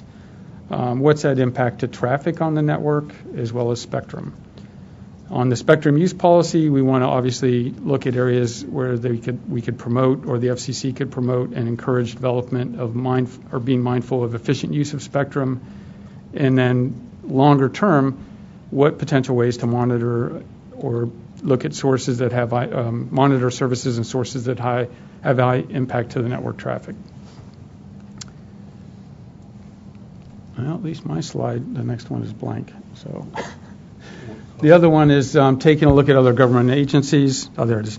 Where's the synergy? What are the emerging best practices that we're seeing? We've already had a little bit of a dive on standards. We're going to take a look at some of the consortia as well from industry. Brian's going to talk a little bit about some of the timing and roadmaps in the following slides. Network impact and evolution. This is a fairly large topic for the group. The densification requirements for 5G is significant. And this is where the various, potentially new economic models need to be either created or looked at. There's a decent paper that we've shared among the team. There's a number of papers proposing different economic models. We'll also look at the edge, fog, and cloudlet compute impact on 5G, and we'll probably coordinate with Adam's team a bit on some of that. Also open source management, taking a look at AI, ML, also RAN, packet core, and what we're calling XHAul, which includes the front, mid, and back haul for support of 5G. Obviously 5G is going to require a significant amount of fiber backhaul or other high bandwidth capable backhaul, I think. So we'll take a look at that as we move forward. So Brian's going to talk a little bit more about some of the standards, timing, and our next steps. Okay. Thanks, Russ. The other thing I'd point out, there's a lot of overlap between some of the other activities within the TAC this year, like when we talk about the antennas that's being addressed and the drones, and so it'll be good to coordinate between the groups on some of these different topics. From the standards timeline, what's shown here is the projected industry timelines for 5G, and it started with Release 14, where the initial studies for 5G took place, and that was complete in early 2017. 3GPP is right in the middle of Release 15 right now, and this is phase 1 of 5G that's introducing the new radio and the next generation core specifications. Now, this has been broken out and changed a little bit due to some of the market demands and also some of the pressures that, getting standards done. First is what's known as the new radio non-standalone option 3. Now, that's a lot of words for meaning how do you use LTE to introduce a new radio quickly, and I'll have a slide on the next slide will show more details of that. But there was a demand to get that complete early so that the silicon designs could get done early. That initial completion was in December of last year, although that's trickling into this year and probably will trickle into June timeframe before those are fully complete, but enough of it was complete in the December timeframe in order to get those initial specs done. There are also other options in the non-standalone case, which again is using LTE for your control, and those, because of the demands of getting that option 3 done early and getting the standalone and the next gen core option done early, it was impossible to complete those in the June timeframe. So at the last plenary meeting last month, they defined a Release 15 late drop, which will have the specifications complete the end of this year and the syntax language complete March of next year for options 4 and 7 non-standalone. Now, those are important, as you'll see on the next slide, because those give an evolutionary path to get from option 3 to the full standalone options and give some flexibility in how you would evolve a 5G system to get to full standalone. What full standalone means is you have an next-gen core and the new radio and no LTE needed. And those specifications are targeted to be complete in the June timeframe as well for Phase 1. Now, what's Phase 1 versus Phase 2? Phase 1 really is focusing on the enhanced mobile broadband use case, whereas Phase 2 is pretty much everything else that 5G will offer, including the massive IoT and the ultra-high reliability, low latency, although you'll get some of that second aspect in Phase 1 as well. The Phase 2 spec is targeted for completion the end of 2019, and then after that, assume there will be a Release 16 and ongoing evolution. Now, as Russ mentioned earlier, that 5G logo that you see on this slide is from 3GPP. What they've defined is every standard from Release 15 and on will have that logo, will be a 5G standard. Now, that includes the evolution of LTE. So as LTE evolves in Release 15, Release 16, and beyond, that'll be part of the 5G family of specifications coming out of 3GPP. Also shown on here is the ITU progress, where you see the IMT 2020 technical performance requirements, which define what an IMT 2020 technology is. Those proposals, including that from 3GPP, will be brought into the ITU through 2019, at which time the IMT 2020 specifications will be developed in the ITU. Go to the next slide. Oh, I got that. So this slide shows the architecture evolution paths that I talked about. So option 3, which is that non-standalone option that had been completed in December and is still completing now, shows that you've got a 5G new radio, but you've got your LTE Node B that provides your control plane provides your control plane and control plane signaling down to the mobile device that supports both the new radio and the LTE. So this allows you to do early deployments of the 5G new radio on your LTE network using the existing core network, get the benefits of the enhanced mobile broadband, but also doesn't require you to do a full evolutionary path to the next-gen core. From there, there's a number of paths operators can take forward. Both continue the use of the LTE radio, but the introduction of the next generation core occurs so that you have the full capabilities that the next generation core brings, including things like hear about the virtualization, network slicing, and all the other aspects of the next generation core that will be brought in.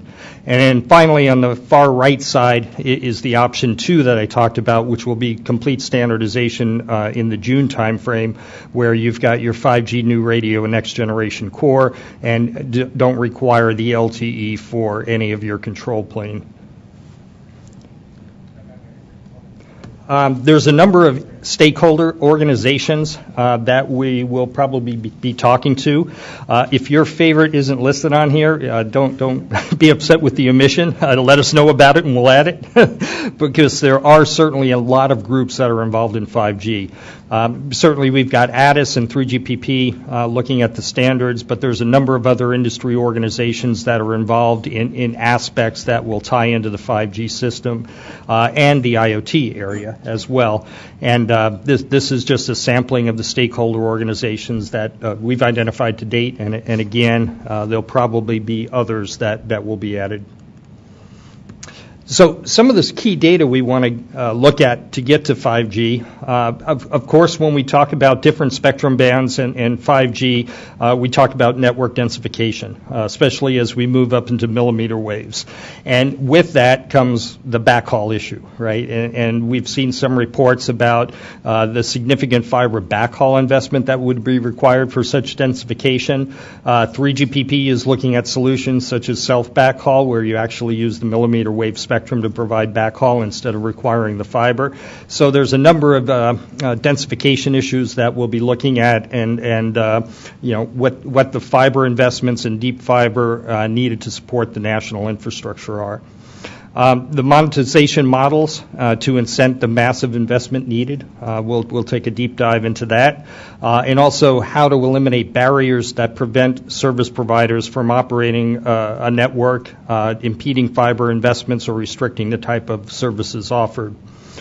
We want to look at and avoid regulations on innovative approaches to infrastructure, including conduit, trenches, the right-of-way for cell sites, again, overlapping with some of the work in the antenna group is doing. There's always spectrum policy issues that come into play, and there's been a lot on spectrum with 5G already, and certainly that's going to be a continued and evolving area. Network connectivity is essential for IoT. There are many technologies in use, so certainly we'll look at the 5G Americas report, what they came out with, and look at other aspects of that as well, and also how mobile IT is set to move from deployment to monetization in 2018. Again, another report that was just released this year. Finally, some initial thoughts and next steps. As we talked about, deep fiber is very expensive. We have to look at those other backhaul options that may help.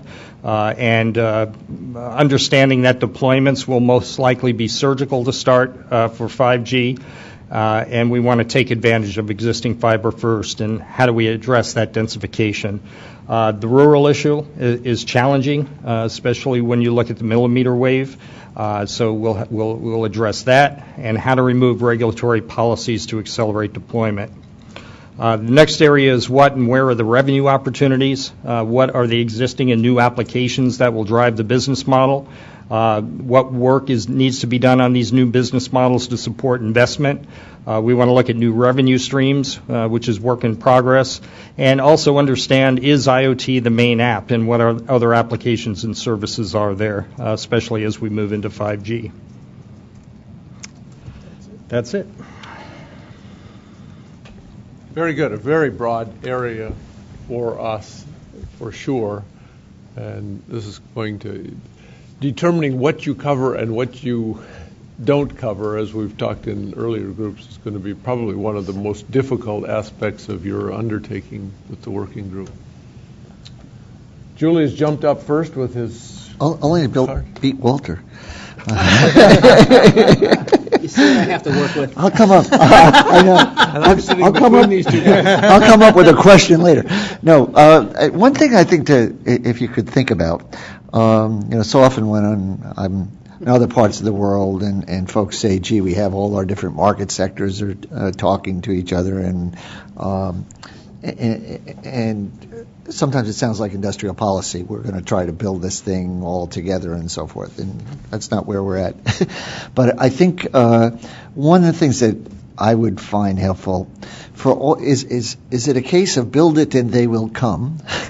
In other words, we see application transportation, healthcare, education, or are there, and the trick here is because we don't want to get into anything that's going on the business side that's not public and so forth, but are there actually discussions going on with those communities from the start so that, not with anything specific, folks who might say, gee, I really want spectrum, give me a block of spectrum, instead are talking here, say, maybe this is my answer. So I look at, for example, the 5G automobile alliances, without saying where it's going and what have. But you've got all the players together, and 3GPP has actually got a group looking at, well, how do we address the needs and the possibilities of that community. And so I think it'd be interesting. This is not a regulatory question. We don't want to get into that. It's more about, well, where are we here in the United States? Have we got the right people talking to each other so that we engage early on so that we don't fall behind in some of these sectors where we see terrific things happening and we want to get out ahead of everybody else. So I'd ask you to think about that in the dialogue you have with groups.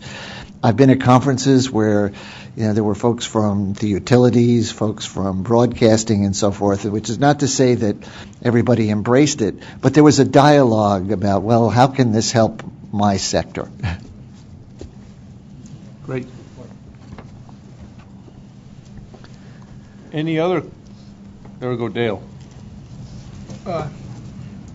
I participated on this, so this may be a little bit unfair, but I'm sorry. But in looking at the list of organizations, this sort of falls into additional stakeholder groups, and also participating from the beginning. But it seems like there's no representative from what you might call public interest organizations, and then more specifically, the FCC has many widely agreed upon or statutory required mandated things to do, just lawful interception, relay services for the deaf, captioning, WEA, Section 255, disability access requirements, and so forth. And I think we need to be careful on not take some of the old requirements and impose them here the way it would slow it down.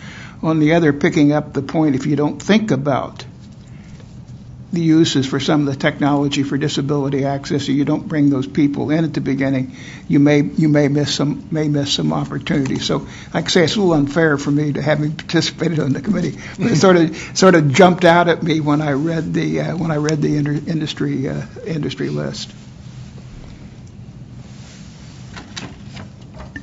The broader point here, of course, is that it's been made earlier, but those on the lines or those that that pop into your mind as you think about, gee whiz, we should have Sally Jones involved in this because she really has expertise there and it doesn't fit, really just broadening the point that Dale has made. Please feel free to do that, those in the room and those well beyond the room who might be watching on the web. Please. Our NTIA liaison. Thank you.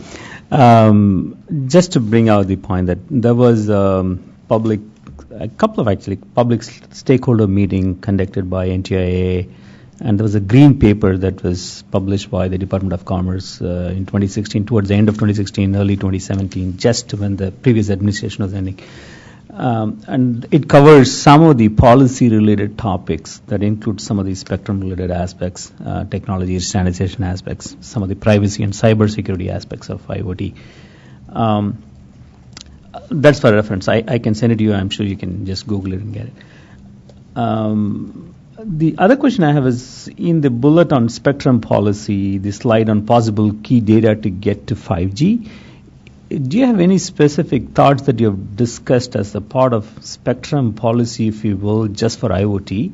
Is there anything different that you're thinking should happen? Not really as of yet. It's one of the topics that we've identified, and certainly when you bring about IoT, especially some of the topics like V2X and drones and so forth, that comes into play. And certainly, do you have more you want to add? I think we're taking a look at some of these from the potential of the sliceability services as well.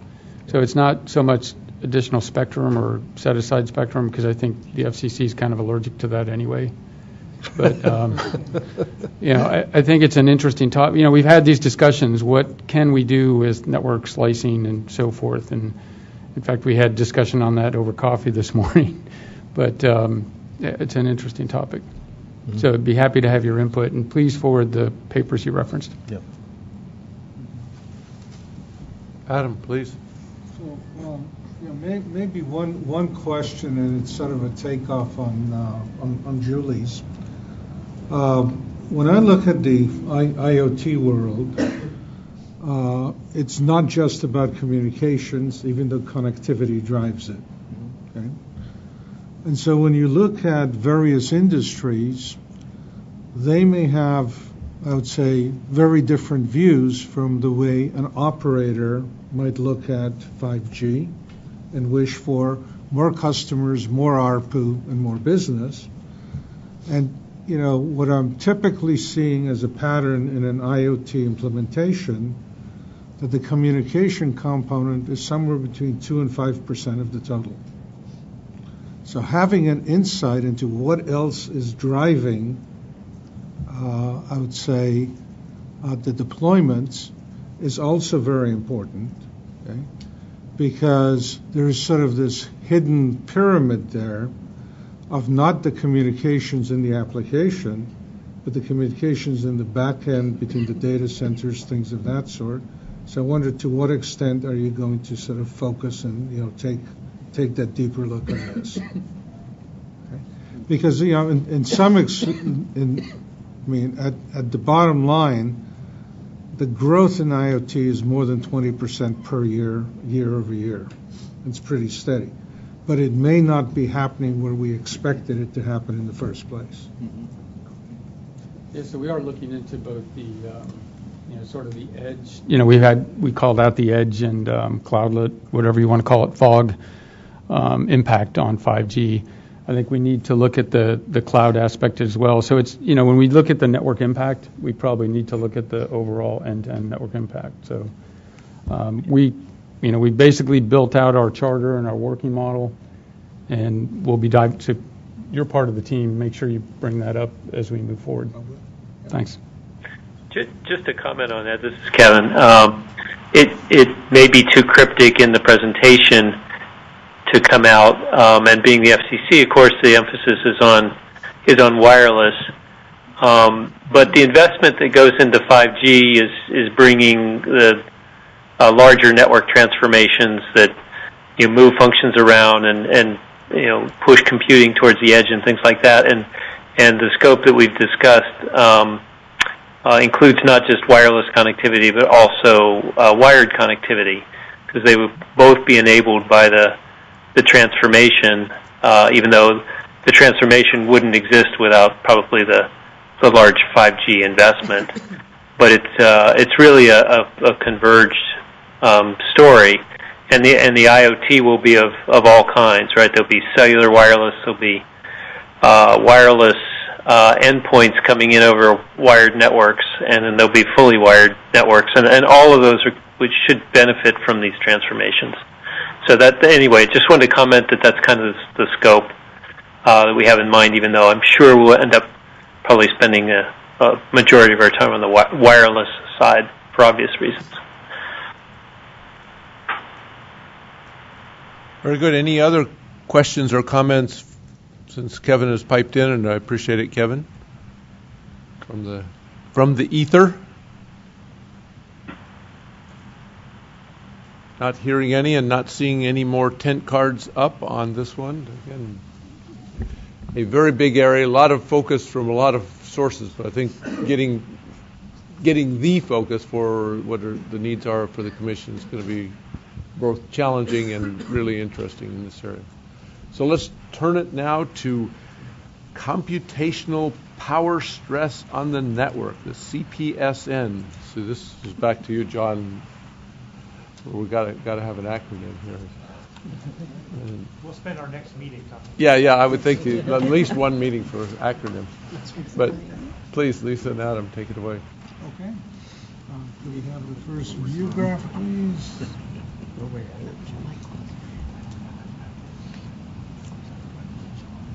They want to focus on you first before they can. Okay. So let me open this up with a comment that Milo made probably a couple of years ago, and he says, the era in which communications drove computing is over. It's computing architectures that determine how you should build your networks. Okay. So I don't know whether that's what the chairman had in mind, but that was the comment from Milo. Okay. So, and I'm doing that so you can actually spend some time and join the group. Okay? Good. Okay. All right. Okay. So this group is chaired by Lisa and myself. We have Walter, Jim Miller, and Alok Mehta from the Wireless Bureau as our liaisons. We have quite a collection of folks who are part of this working group. But I'd say when we took a look at resources, we would actually appreciate more participation from some of the others because we think that that's where the technical expertise is. I think Walter negotiated quite a complicated statement of work for this group. That's what I found on the web for what to say when we took a look at the resource. Oh my goodness. This is Siri wakes up and says things to you. At least he doesn't have a horrible laugh. Yeah. Basically, when we took a look at the charter, a little bit of a discussion within the group over the last 3 meetings that we have managed to have. And the first thing is that besides big data, analytics, we thought it's important to include artificial intelligence because that represents a lot of data flows of a particular kind. Augmented reality, virtual reality, as some of the tools that we take a look at. Because all of those involve exchange of massive amounts of data. I don't think quite anticipated that would happen this way, so that's important. And the task of this group, at least from what we understand, is to study how big data and analytics and the list of additional things will in fact affect the performance of the network.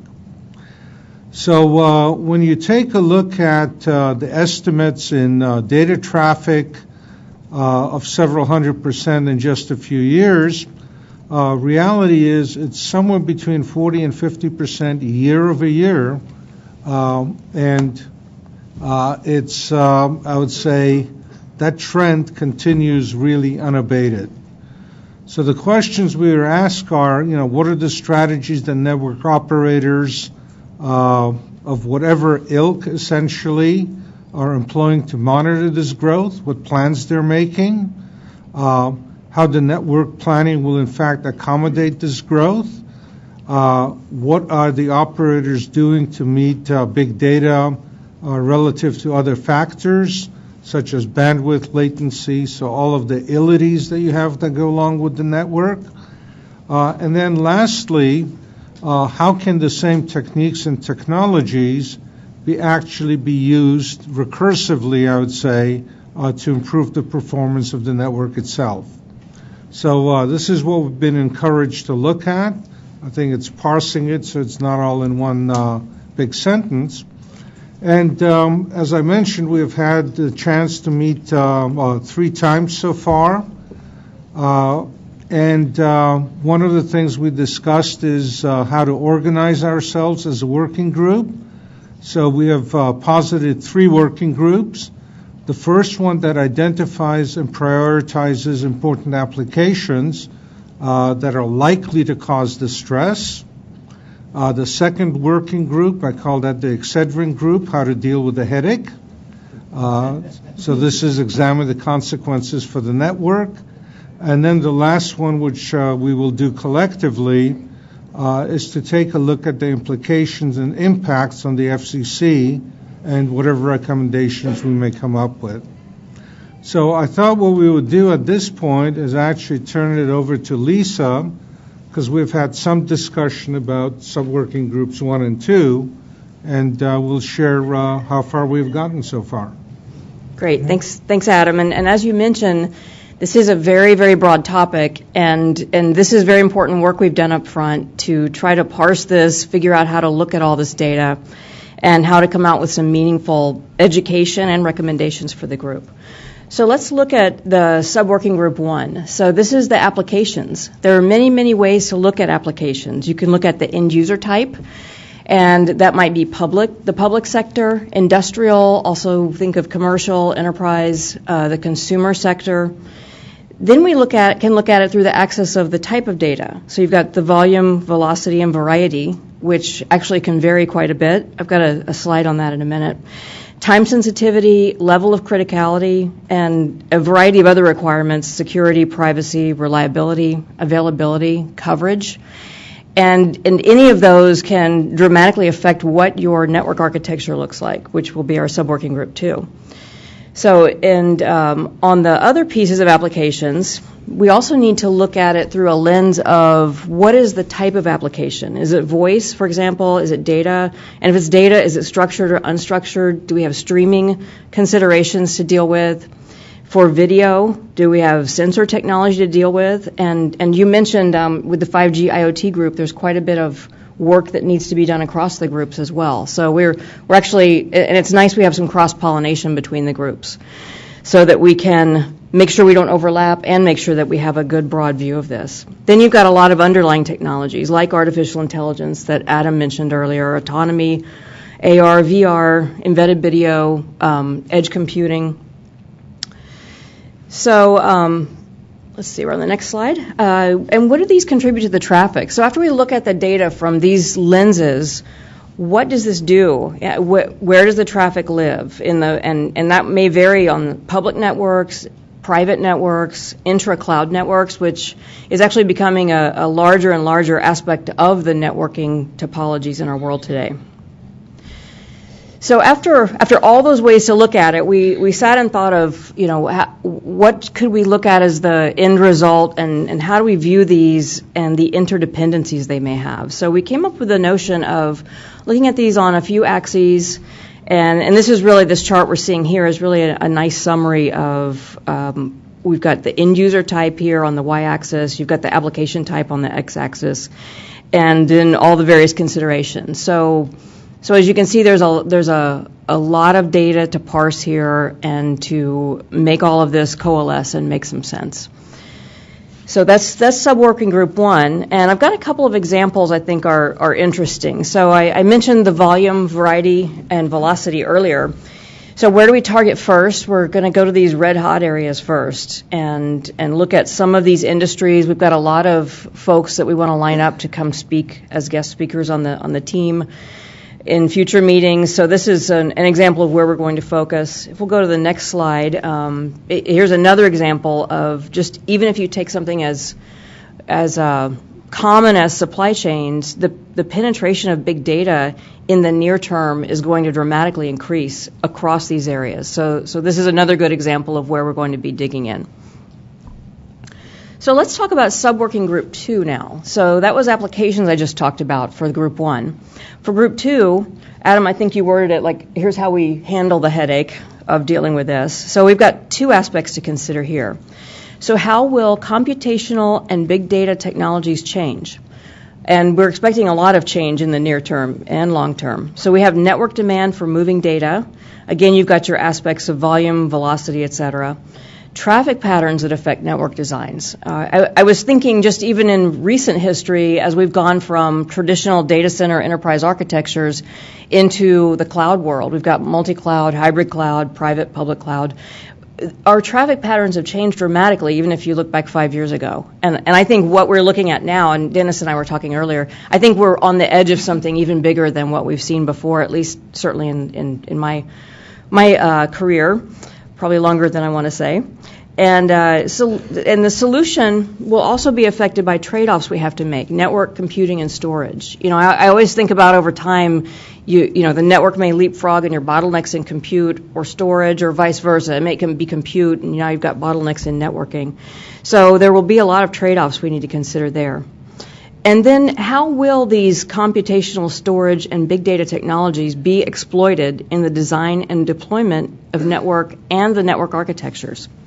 So let's look at a few examples here. We won't dive into a lot of depth here with them, but you've got on the upper left-hand corner, you've got your classic volume of data growing at massive amounts, which is always a part of our industry. But we also ran across some interesting data points of where will this data be generated, and surprisingly saw the core may be growing where data is generated. And we originally had this theory that it would grow more in mobile arenas or at the endpoints over time. So clearly there is some knowledge here that it may not be obvious to this team or to this group that we will be able to uncover over this year.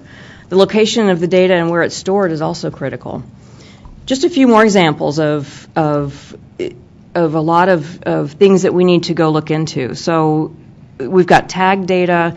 Will real-time data grow over time? A lot of papers are saying yes, it will. We need to deal with the origin of the data. How much will live in the mobile world versus in the static world? And finally, security, which is always a critical factor and becoming more and more critical. So those are just several examples I wanted to give this group a taste of things we'll be looking at. And again, as you can see, there's a lot of lenses through which we can look at this data. And again, we're looking at organizing it across 2 axes. So location of the compute and storage, combined with the transmission mechanisms. And on here, as you might see, we're considering fiber, wireless, a variety of platforms, satellite being an example. So, and as I'm wrapping up here, here's an idea of some of the targeted guest speakers we have. So, obviously, the large data center cloud folks will be reaching out. We may look for some help from some of you in this room to help get us the right folks. And some of you in this room may be the right folks. Lead researchers from academia and the industry. A lot of interesting things going on in verticals. In fact, I'll just give you a quick example. We had an interesting conversation about just even the rural community farming as an example, as you look at data and the challenges with the network connectivity combined with where the data points are. And, it'll be exciting to see how this varies across, comparing that to, let's say, smart cities architectures. So that's, we've got obviously a lot of startups and edge fog computing and then different industrial communities. So with that, Adam, I think I'll turn it back to you to talk about what we're doing for our next steps. Yep. Okay. So just want to say we're early in our deliberations. I think the first part for us is to actually select co-chairs for the first two working groups. Again, I think, as I mentioned, the third working group is going to be done collectively, complete a work plan, and I think despite the fact we've had some discussions so far, really not quite on the point where we have a solid approach. We gave you some examples of what we're considering, but to cement a consensus on that, define what the deliverables are, and actually getting some feedback from you as to what the chairman expects, I think would be quite useful. Set a schedule to it and get as much as we can get done this year. Okay? So that's our story, and we're sticking to it. Great. You're clearly off to a terrific start, framing the problem and getting it organized. I hadn't appreciated that this was really Milo that was channeling through the chairman. See, he's blushing, but it's good. Still Milo eats and riches. Yeah, Kevin. Kevin, please. So it's a very ambitious project, as all of these are. I'm trying to understand what you're going to do on the network architecture side. Each of the ISPs, whether you're a telco-based company or a cable company or a wireless company, you've got different architectures. Are you going to try to overlay this new demand set on all of those architectures? I think, I would say to properly answer that question, I think it's worthwhile to start with the following. If you start looking at the pattern of data usage and the impacts it has on the network, if I interpret the question correctly, is there an element of surprise lurking in here somewhere? Okay. Yes. Okay. And if there is an element of surprise, okay, that means that the present architectures will not accommodate that surprise. Okay. And unless we have identified what the surprise is or have some notion of it, I think it's a little too early to talk about how it'll impact the architecture. Yeah, I'm just wondering what Working Group 2 does. I think Working Group 1 is a great exercise to try to understand if that surprise is lurking out there. Yep. Well, and I think in Working Group 2, I'll just add to that of we don't know what the surprise impact will be, and we absolutely intend to look at and actually have representatives on our team from telco, from wireless, and to extrapolate how that might impact the architectures going forward. Great. David. Actually, I'd like to let Milo go first. Okay. I'm going to work my way around the table, but to bring to Milo. Just a few comments.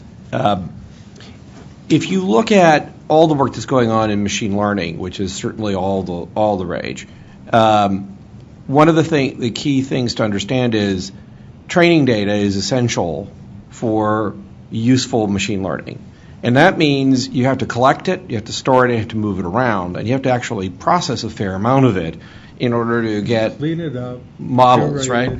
And so I would just say when people talk about AI, there is a data overhang that comes from that. The second thing is most of the computing today has to deal with this sort of adapting to where it can get communication capability. And so you've got constraints that are imposed on the systems today because the kind of transport that's necessary to process data, and particularly machine learning and other sets of things, can be pretty substantial. And that data can be used for multiple purposes. So, for example, one of the things my team did is we used Street View data that Google has, which has LiDAR as well, and we used it to find all the utility poles in the United States. And so we have very precise locations for all those assets. But that took a fair amount of compute power, and if that data was distributed at the edge, you wouldn't have had enough network transport to be able to do that. And I think people have said publicly at Google, we maintain two networks, right? One network that talks to the user and one network that interconnects our data centers. And that second network, the interconnect network between the data centers, is actually busier than the access network. And so those kind of things, when you move to a distributed computing model, cause you to need things like dark fiber and other sets of things to be able to ride at scale. And it's interesting, if you look at where data centers are located, areas that you can't get dark fiber tend not to have large-scale data centers. And so it's actually the communication systems are deforming the compute fabric today in ways that I think are interesting. And unlocking some of those bottlenecks may challenge that, because ISP traffic, general ISPs, are not carrying the bulk of data center traffic. That's all being carried on private networks today. And I would like to add to that, Milo, as you were talking, we talked about the power group earlier. It's interesting, the data centers live where you can get dark fiber and readily available power as well. And cheap land. Yes. Yep. Good comment. Great. Okay, David, now are you ready? Yeah, I think. As I anticipated, Milo, of course, I should have anticipated that he'd cover a bunch that I hadn't thought about, and then there's the part that I did, which is, relating, I think, to this earlier comment. I think there's actually a lot to be thought through and possibly said on the Working Group 2 topic, particularly in this context that, if we look other than the last, I'll say, I don't know if it's a quarter mile or half mile now, the largest networks are not the ISPs.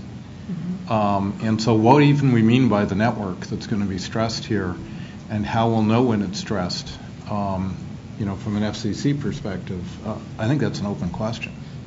So I think it's a very interesting topic, and a lot to be done. Agree. Great. Shahid. Yep. No, I'm just going to comment, Lisa, that I think the second work group is spot on in looking at different industry verticals. As an example, I know there's a bunch of companies playing in the edge, fog, cloud that essentially are trying to minimize traffic on the backhaul, and they just want to process everything locally, very close to the equipment they serve. So, and they differ by different verticals. So it would be interesting to bring some of these players in and get their perspective. A lot of the things we're talking about, some of these smaller companies are solving it today. Totally agree. Yes. Great. This is really interesting. Nomi, as you leaned forward, I said, Nomi's been particularly quiet. I think I'm going to just call on her anyway. And then she flipped her card up. So we don't need these networks, this mental telepathy thing. It really works well. That was Nomi, please. Sure, that was a great presentation. That was very good. I was just thinking about how circular these topics are. When I was listening to David's comment about how the ISPs are no longer the largest networks. I think it's interesting that is very true. But then only the largest ISPs can really connect in well and robustly to the edge networks. And so it brings us back to just how very network poor and computational poor the most rural areas are. So to me, it shows it's an even more difficult, it's becoming an even more challenging difference. So, right, it's not just about bringing simple connectivity, but about all of this power as well. So I think it's it's actually, I'd say, a very important comment, because for applications that need a variety of data, those applications really have hyperconnectivity that moves the data all over the place. So when you think of a connected car talking to its infrastructure, it's not a simple proposition. It's also weather, traffic patterns, location of potholes, construction, all the mapping systems. Okay? That data is scattered all over creation, essentially. Okay? And so how do you create networks that are capable of bringing it and orchestrating it in a very short time frame when you have a need to do so? Okay? So lots of complexity. Especially when you have this lousy business of laws of physics that seem to inhibit things. Without violating them. I was thinking, Naomi, as you were saying that, I was thinking back to that example I used of the rural example in the farm agriculture. I mean, where do they have, that's very starved for networking, but could tremendously benefit by a better network or better connectivity or better solutions. Yep. It's a great example. Mark, working our way around the table. Sooner or later we will get to you, Russ. A little bit to what Naomi and what Milo was saying. As far as as Milo was saying there, power and internet connectivity are essential for where data center operations are. And what Naomi was saying is that rural areas don't have as much connectivity to those core peering points. Well, it turns out that the majority of the power and the transport that's transporting to the data centers is in rural areas.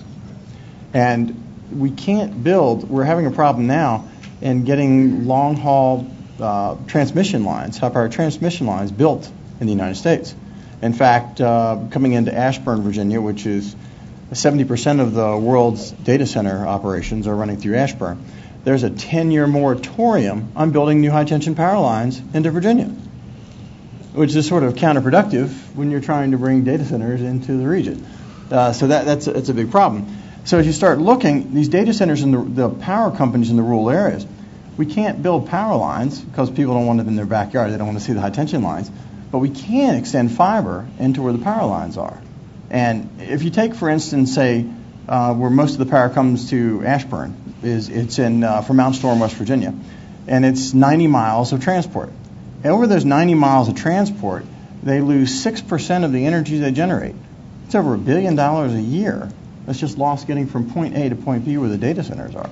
If you were to just extend the fiber cost effectively into those regions, identify where those power plants are in the rural areas, close to where the peering points are, you could both enhance the amount of data center operations, be more cost effective, and the U.S. could be more global efficient, globally competitive. But at the same time, you're moving, just as Naomi was saying, those peer key resources where rural areas could tie directly back into the primary peering points. And very simple things to look at. But that's something as a power group goes forward, that's just something that should be definitely identified. Great. Thanks, Mark. Russ. Hey, Milo, first, are you going to share the location of all the utility poles with the companies first? That would be nice. I'm not sure there's enough bandwidth. Okay. Set and spike. So I just want to make a couple quick comments. I think this is a significant topic. My viewpoint is there's really no element of surprise we should see this coming. I have discussions with what I'll call thing makers, whether it's appliances or industrial things. They're all adding compute and memory into these devices at a big level. I look at, the first step that we're seeing right now, or implementation, is this moving compute to operation because of the cost of bandwidth or the limitation of no bandwidth like the farm. And so that's kind of a push to do more edge compute. But over time, there's a more significant step here. I look at today, we have decision points in the network. As we look 5 to 10 years out, the whole network will be a decision point, or and not just decisions. As we add machine learning, I think Milo pointed this out, the network is constantly thinking. It's a difference of just like putting a rules engine on a device and saying, hey, if the temperature's this, then that. You're now doing machine learning where you're constantly learning. And that's a significant difference in terms of what the network requirements are in terms of both, because there's coordination that takes place. You don't want to just do this at one point and this point and this point. So I think there's a bit of a change that we should see this coming, right? This is what we are supposed to see. And it's definitely coming. I mean, look at how cheap a Raspberry Pi is, which is what kids play with in terms of a programmable little compute storage device. And, so I just think we need to really keep a mind on this transition from decision points to what I'll call persistent thinking of the network. So we think how cheap a video camera is today that can generate an incredible amount of data. Yeah. And even those are doing the decisions at the edge now. Yep. Good. Marvin. Yeah. Following up on Milo's comment about how much traffic there is in inter-data center, there's a certain amount of public data on the characteristics of public internet traffic collected by CADA and others. I've seen almost no data on the nature of the traffic flows between data centers, and I don't know how we're going to get a handle on this unless we can ultimately find out more about the nature of traffic that is now accounting for the majority of traffic. Good point. Well, I thought that was just requesting Milo to volunteer to provide all that. Yeah. Or any other data center operator. Well, telephone calls. No, I think actually this is a very good point, Marvin. There is a lot of data, and it's probably some of it would be proprietary to the company, but I think with the group that is represented around the table, we could find a way to get that kind of information, and you could have a small group get together and put the data in such a way that it diminishes any impact on proprietary nature. But I can't even imagine that some of it would be so proprietary. So think about that. Milo, you probably have a... Not my team. Yeah, not your team, I understand. But see, you are all things Google or Alphabet for this room, so we don't know the difference. You're just you are everyone stands behind you in this group, Milo. All right. You had one more. Yeah, Rangam.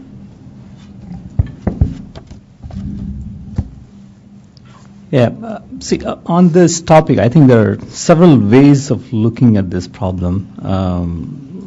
Think of any kind of applications to transfer data to the network, to all kind of computations happening. As a case study, if you can just look at how we will do spectrum management, given that there are so many different bands that is going to be in operation simultaneously, multiple devices handling it, and how the scheduling with the different kind of antenna systems you're talking, like pencil beams and spot beams or whatever you want to call it.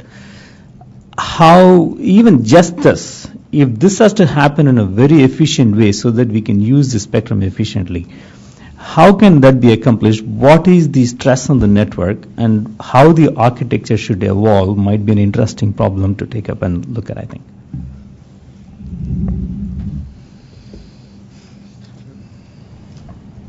Thanks, Rangam.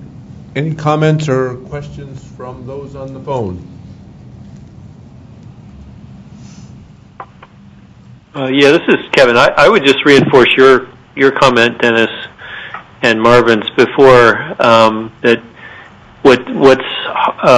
it is hard to get data. It's easy to get data about the applications, or more easy to get data about the applications and how they are growing, feeding traffic into the network, because that's kind of directly reflected to the use cases.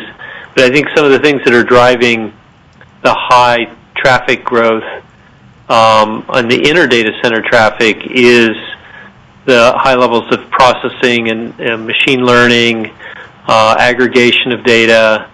There's a lot of things which are sort of inside the black box. And I do think for this topic, that it's actually very central to what this work group's trying to do. So any even aggregated data in that regard, I think, would be extremely useful for the group. I think part of the plans, and I don't know whether it will be successful, but we'll definitely try this, is to actually get speakers and participants who run some of the large data centers. Because, I mean, if you look at the list, You look at Equinix, Switch, IBM, Hewlett-Packard, places like that. I mean, they already own a large fraction of the data centers that are out there. Amazon. And Amazon, obviously.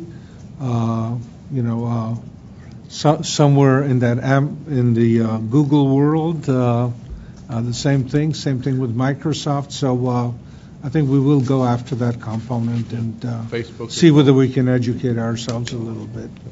Okay. Yep. Great. Steve, please. As I've been thinking about this conversation, it seems to me that actually the computational stress of these data centers is a benefit, not a cost, not a drag. And the benefit is that it helps silicon economics move ahead, helps you deploy new optical systems that are more capable and more efficient. And by this big growth in data between these data centers, that stuff is going to happen. Whereas if you don't have those guys as customers, you're not going to continue to drive that cost down. So that stress, in some sense, is good. Yep. That drives things forward. Graham, did you have or you just hadn't removed? Yeah, there you go. Sorry. Marvin? Steve? So when you look at stress, you could call this the howling winds of change for your world. Okay. Yeah. It's just demand. Yeah. Okay, final call for the phone lines. Anyone? All right, very good. Moves us to the grand finale, and I know that you're all going to be really upset that we're ending early today. This is always you're not getting your full money's worth. But I think we will have that opportunity today. But let me turn things to Julie to make any final comments, pearls of wisdom that he will share that you can take away with us. Great start. So we're still holding for the June date? That's what we agreed to. Yeah, good. No, I thought I heard something before about good. No, good work. Everybody's off to a great start, and look forward to the work through the year. Walter, any? No, I just, in fairness to everybody, I know that it was a struggle to get organized. We're running a little bit late, but these are interesting topics. They are topics that, and as I kept noting in comments, we're having people walk in today to the commission asking for help or explaining what they're going to do in terms of licensing on a lot of the issues we've touched upon. So these are very topical issues. 5 years ago, these would have been pie in the sky. Now they're basically what people are investing in. Meat and potatoes. Meat and potatoes. and I'll emphasize something I think Julie said earlier, is that while we like actionable recommendations, some of these areas are ones where we need grounding in terms of basic principles, because we're going to be making decisions on this year and next year and the following years. And we've got to educate the commission in terms of what the subtleties of the problem are. This is not the technology and the networks we've had in years past. I think Julie and Dennis made that point, is that the rules that the guiding posts that we've had in this area are changing substantially. And I can tell you, in the commission, that's a major education problem. They're very smart people, but they're grounded in terms of past precedent. And we're reaching inflection points in terms of the technologies are radically different, the services are radically different. Adam started this. I'll point to the death of the PSTN, which seems trite, which seems a trite wisdom now. Okay, but at the time and purposefully, he made it much more controversial. I think people get it now. Going back only about 4 or 5 years, Adam. He said 2018. Okay, way out there in the future. So I'm saying we're reaching another inflection point with a lot of different technologies. And this can be very valuable to the commission. No, I think these are words of wisdom. Things are moving very, very rapidly, and as you all know, the law and even regulations are all built on precedents, and precedents, when you have points of inflection, don't work very well. So we are an interposer to help to bridge that gap. and that's really, really important. And I have to tell you, I am genuinely excited listening to what you all have shared today. It's the working groups, we were quite excited about them as we pulled them together and as modified by the chairman's office.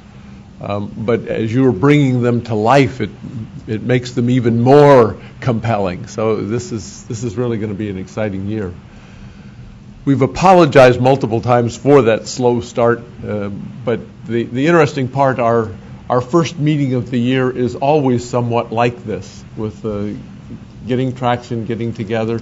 Maybe a little more stress this year than in 2 years ago, but I will remind you, last year we didn't really even get started until June. So now we're started and underway, so the expectations are that the productivity of the year will be much higher than last year, because isn't that right? Of course. Yeah, absolutely. Because we are getting this early start, at least relative to last year. And I think, as we look forward to the June meeting and the September meeting and ultimately the December meeting, there is time to accomplish a great deal.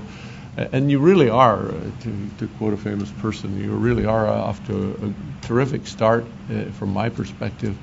And so now it's really digging in, and the opportunity for the next 6 months is for a sprint and pulling together a vast amount of information and assembling the subject matter experts, which has become one of the hallmarks of the TAC, to be able to bring in the intelligentsia, at least of the U.S. and in some cases of the world, to apply it to the problems that we're dealing with, and then ultimately in the final sprint from September to December, pulling things together as actionable recommendations and as papers that would provide the needed underpinnings that Julie talked about, that we really can provide to assist the Commission in doing its work and doing it more effectively because of our work.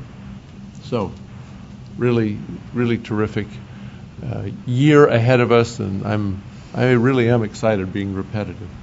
I do need to pass some thanks around, as I often do, but I particularly thank you as the chairs and co-chairs of the working groups, because we did put extra stress on you with late starts, but you grabbed them and you're off and running, and so appreciate that. Appreciate the liaisons as well, as we all appreciate the liaisons are the ones that provide a lot of the glue to keep things going and make sure that we really do stay on track and on point with the targets of what is needed and what is most helpful, as opposed to what is, in some cases, the shiny object of the week that we are all very interested in but may not have any particular value to the Commission. So kudos and thanks to the liaisons. Thanks in advance to we already started talking about the subcommittees, so it's become another part of what we do. Not only do we have the committees, but the subcommittees, and so look forward to those who will be chairing subcommittees and providing leadership there. Kudos around the table to the TAC members, because you really are the core of our efforts. But we also, as we've talked a couple of times, do want to pull in those subject matter experts. Steve probably brought it up first, Stephen, that we really do have people that come to mind that can apply their knowledge either in a temporal way as a speaker for one time, or bonding themselves, affiliating themselves with a working group or sub-working group. That will be very helpful. So do keep those folks in mind. For the TAC members themselves, as you've now heard the smorgasbord of topics, if you have not already affiliated yourself with a group that now you find to be attractive, feel free to do so. And we do have the power group coming, so we're particularly, that's going to be one to catch up on. So if you are, like Marty, interested and have expertise in an area, please make Walter and I aware of that expertise so that we can make sure that you're applied to the power group as we get that one underway. Finally, always have to recognize those on either side of me, the contributions of Julie and Walter in kind of ultimately keeping us all together here. Julie in keeping the interference for us at the big level, and Walter doing the day-to-day work, and ably assisted certainly by the liaisons and others, but really appreciate that and the work that they do, because it is so critical to make us efficient and effective. With that, unless there's something that I've left out, okay, Mark. Plug for Cisco for supplying us lunch. Yes. And Reese's Pieces. Yes. Reese's Pieces. Yeah, a new height. New. Perfect size to get somebody's attention. No, thank you, Mark, because I did miss a key point. So, Russ, thank you personally, and through you, thank you, Cisco, for providing our meal. I'm not sure about the choice of peanut butter candy, but we'll let that pass. They have the peanut butter-less version for these. Oh, really? Oh, really? I thought the essence of Reese's was peanut butter, but in any event. So, thank you, one and all. Do have a good and productive period as we I get move forward to June. And I would be remiss in not thanking Dennis, because he devotes so much of his time to this and make it successful. So I really appreciate it, and I'm glad that you agreed to deliver much more this year than last year. Definitely. I love it. All right. Thank you, one and all. And those of you who were concerned about leaving early, Mark, you need not worry. You can catch that 5:05 airplane. Thank you all. Thank you. These really are great topics.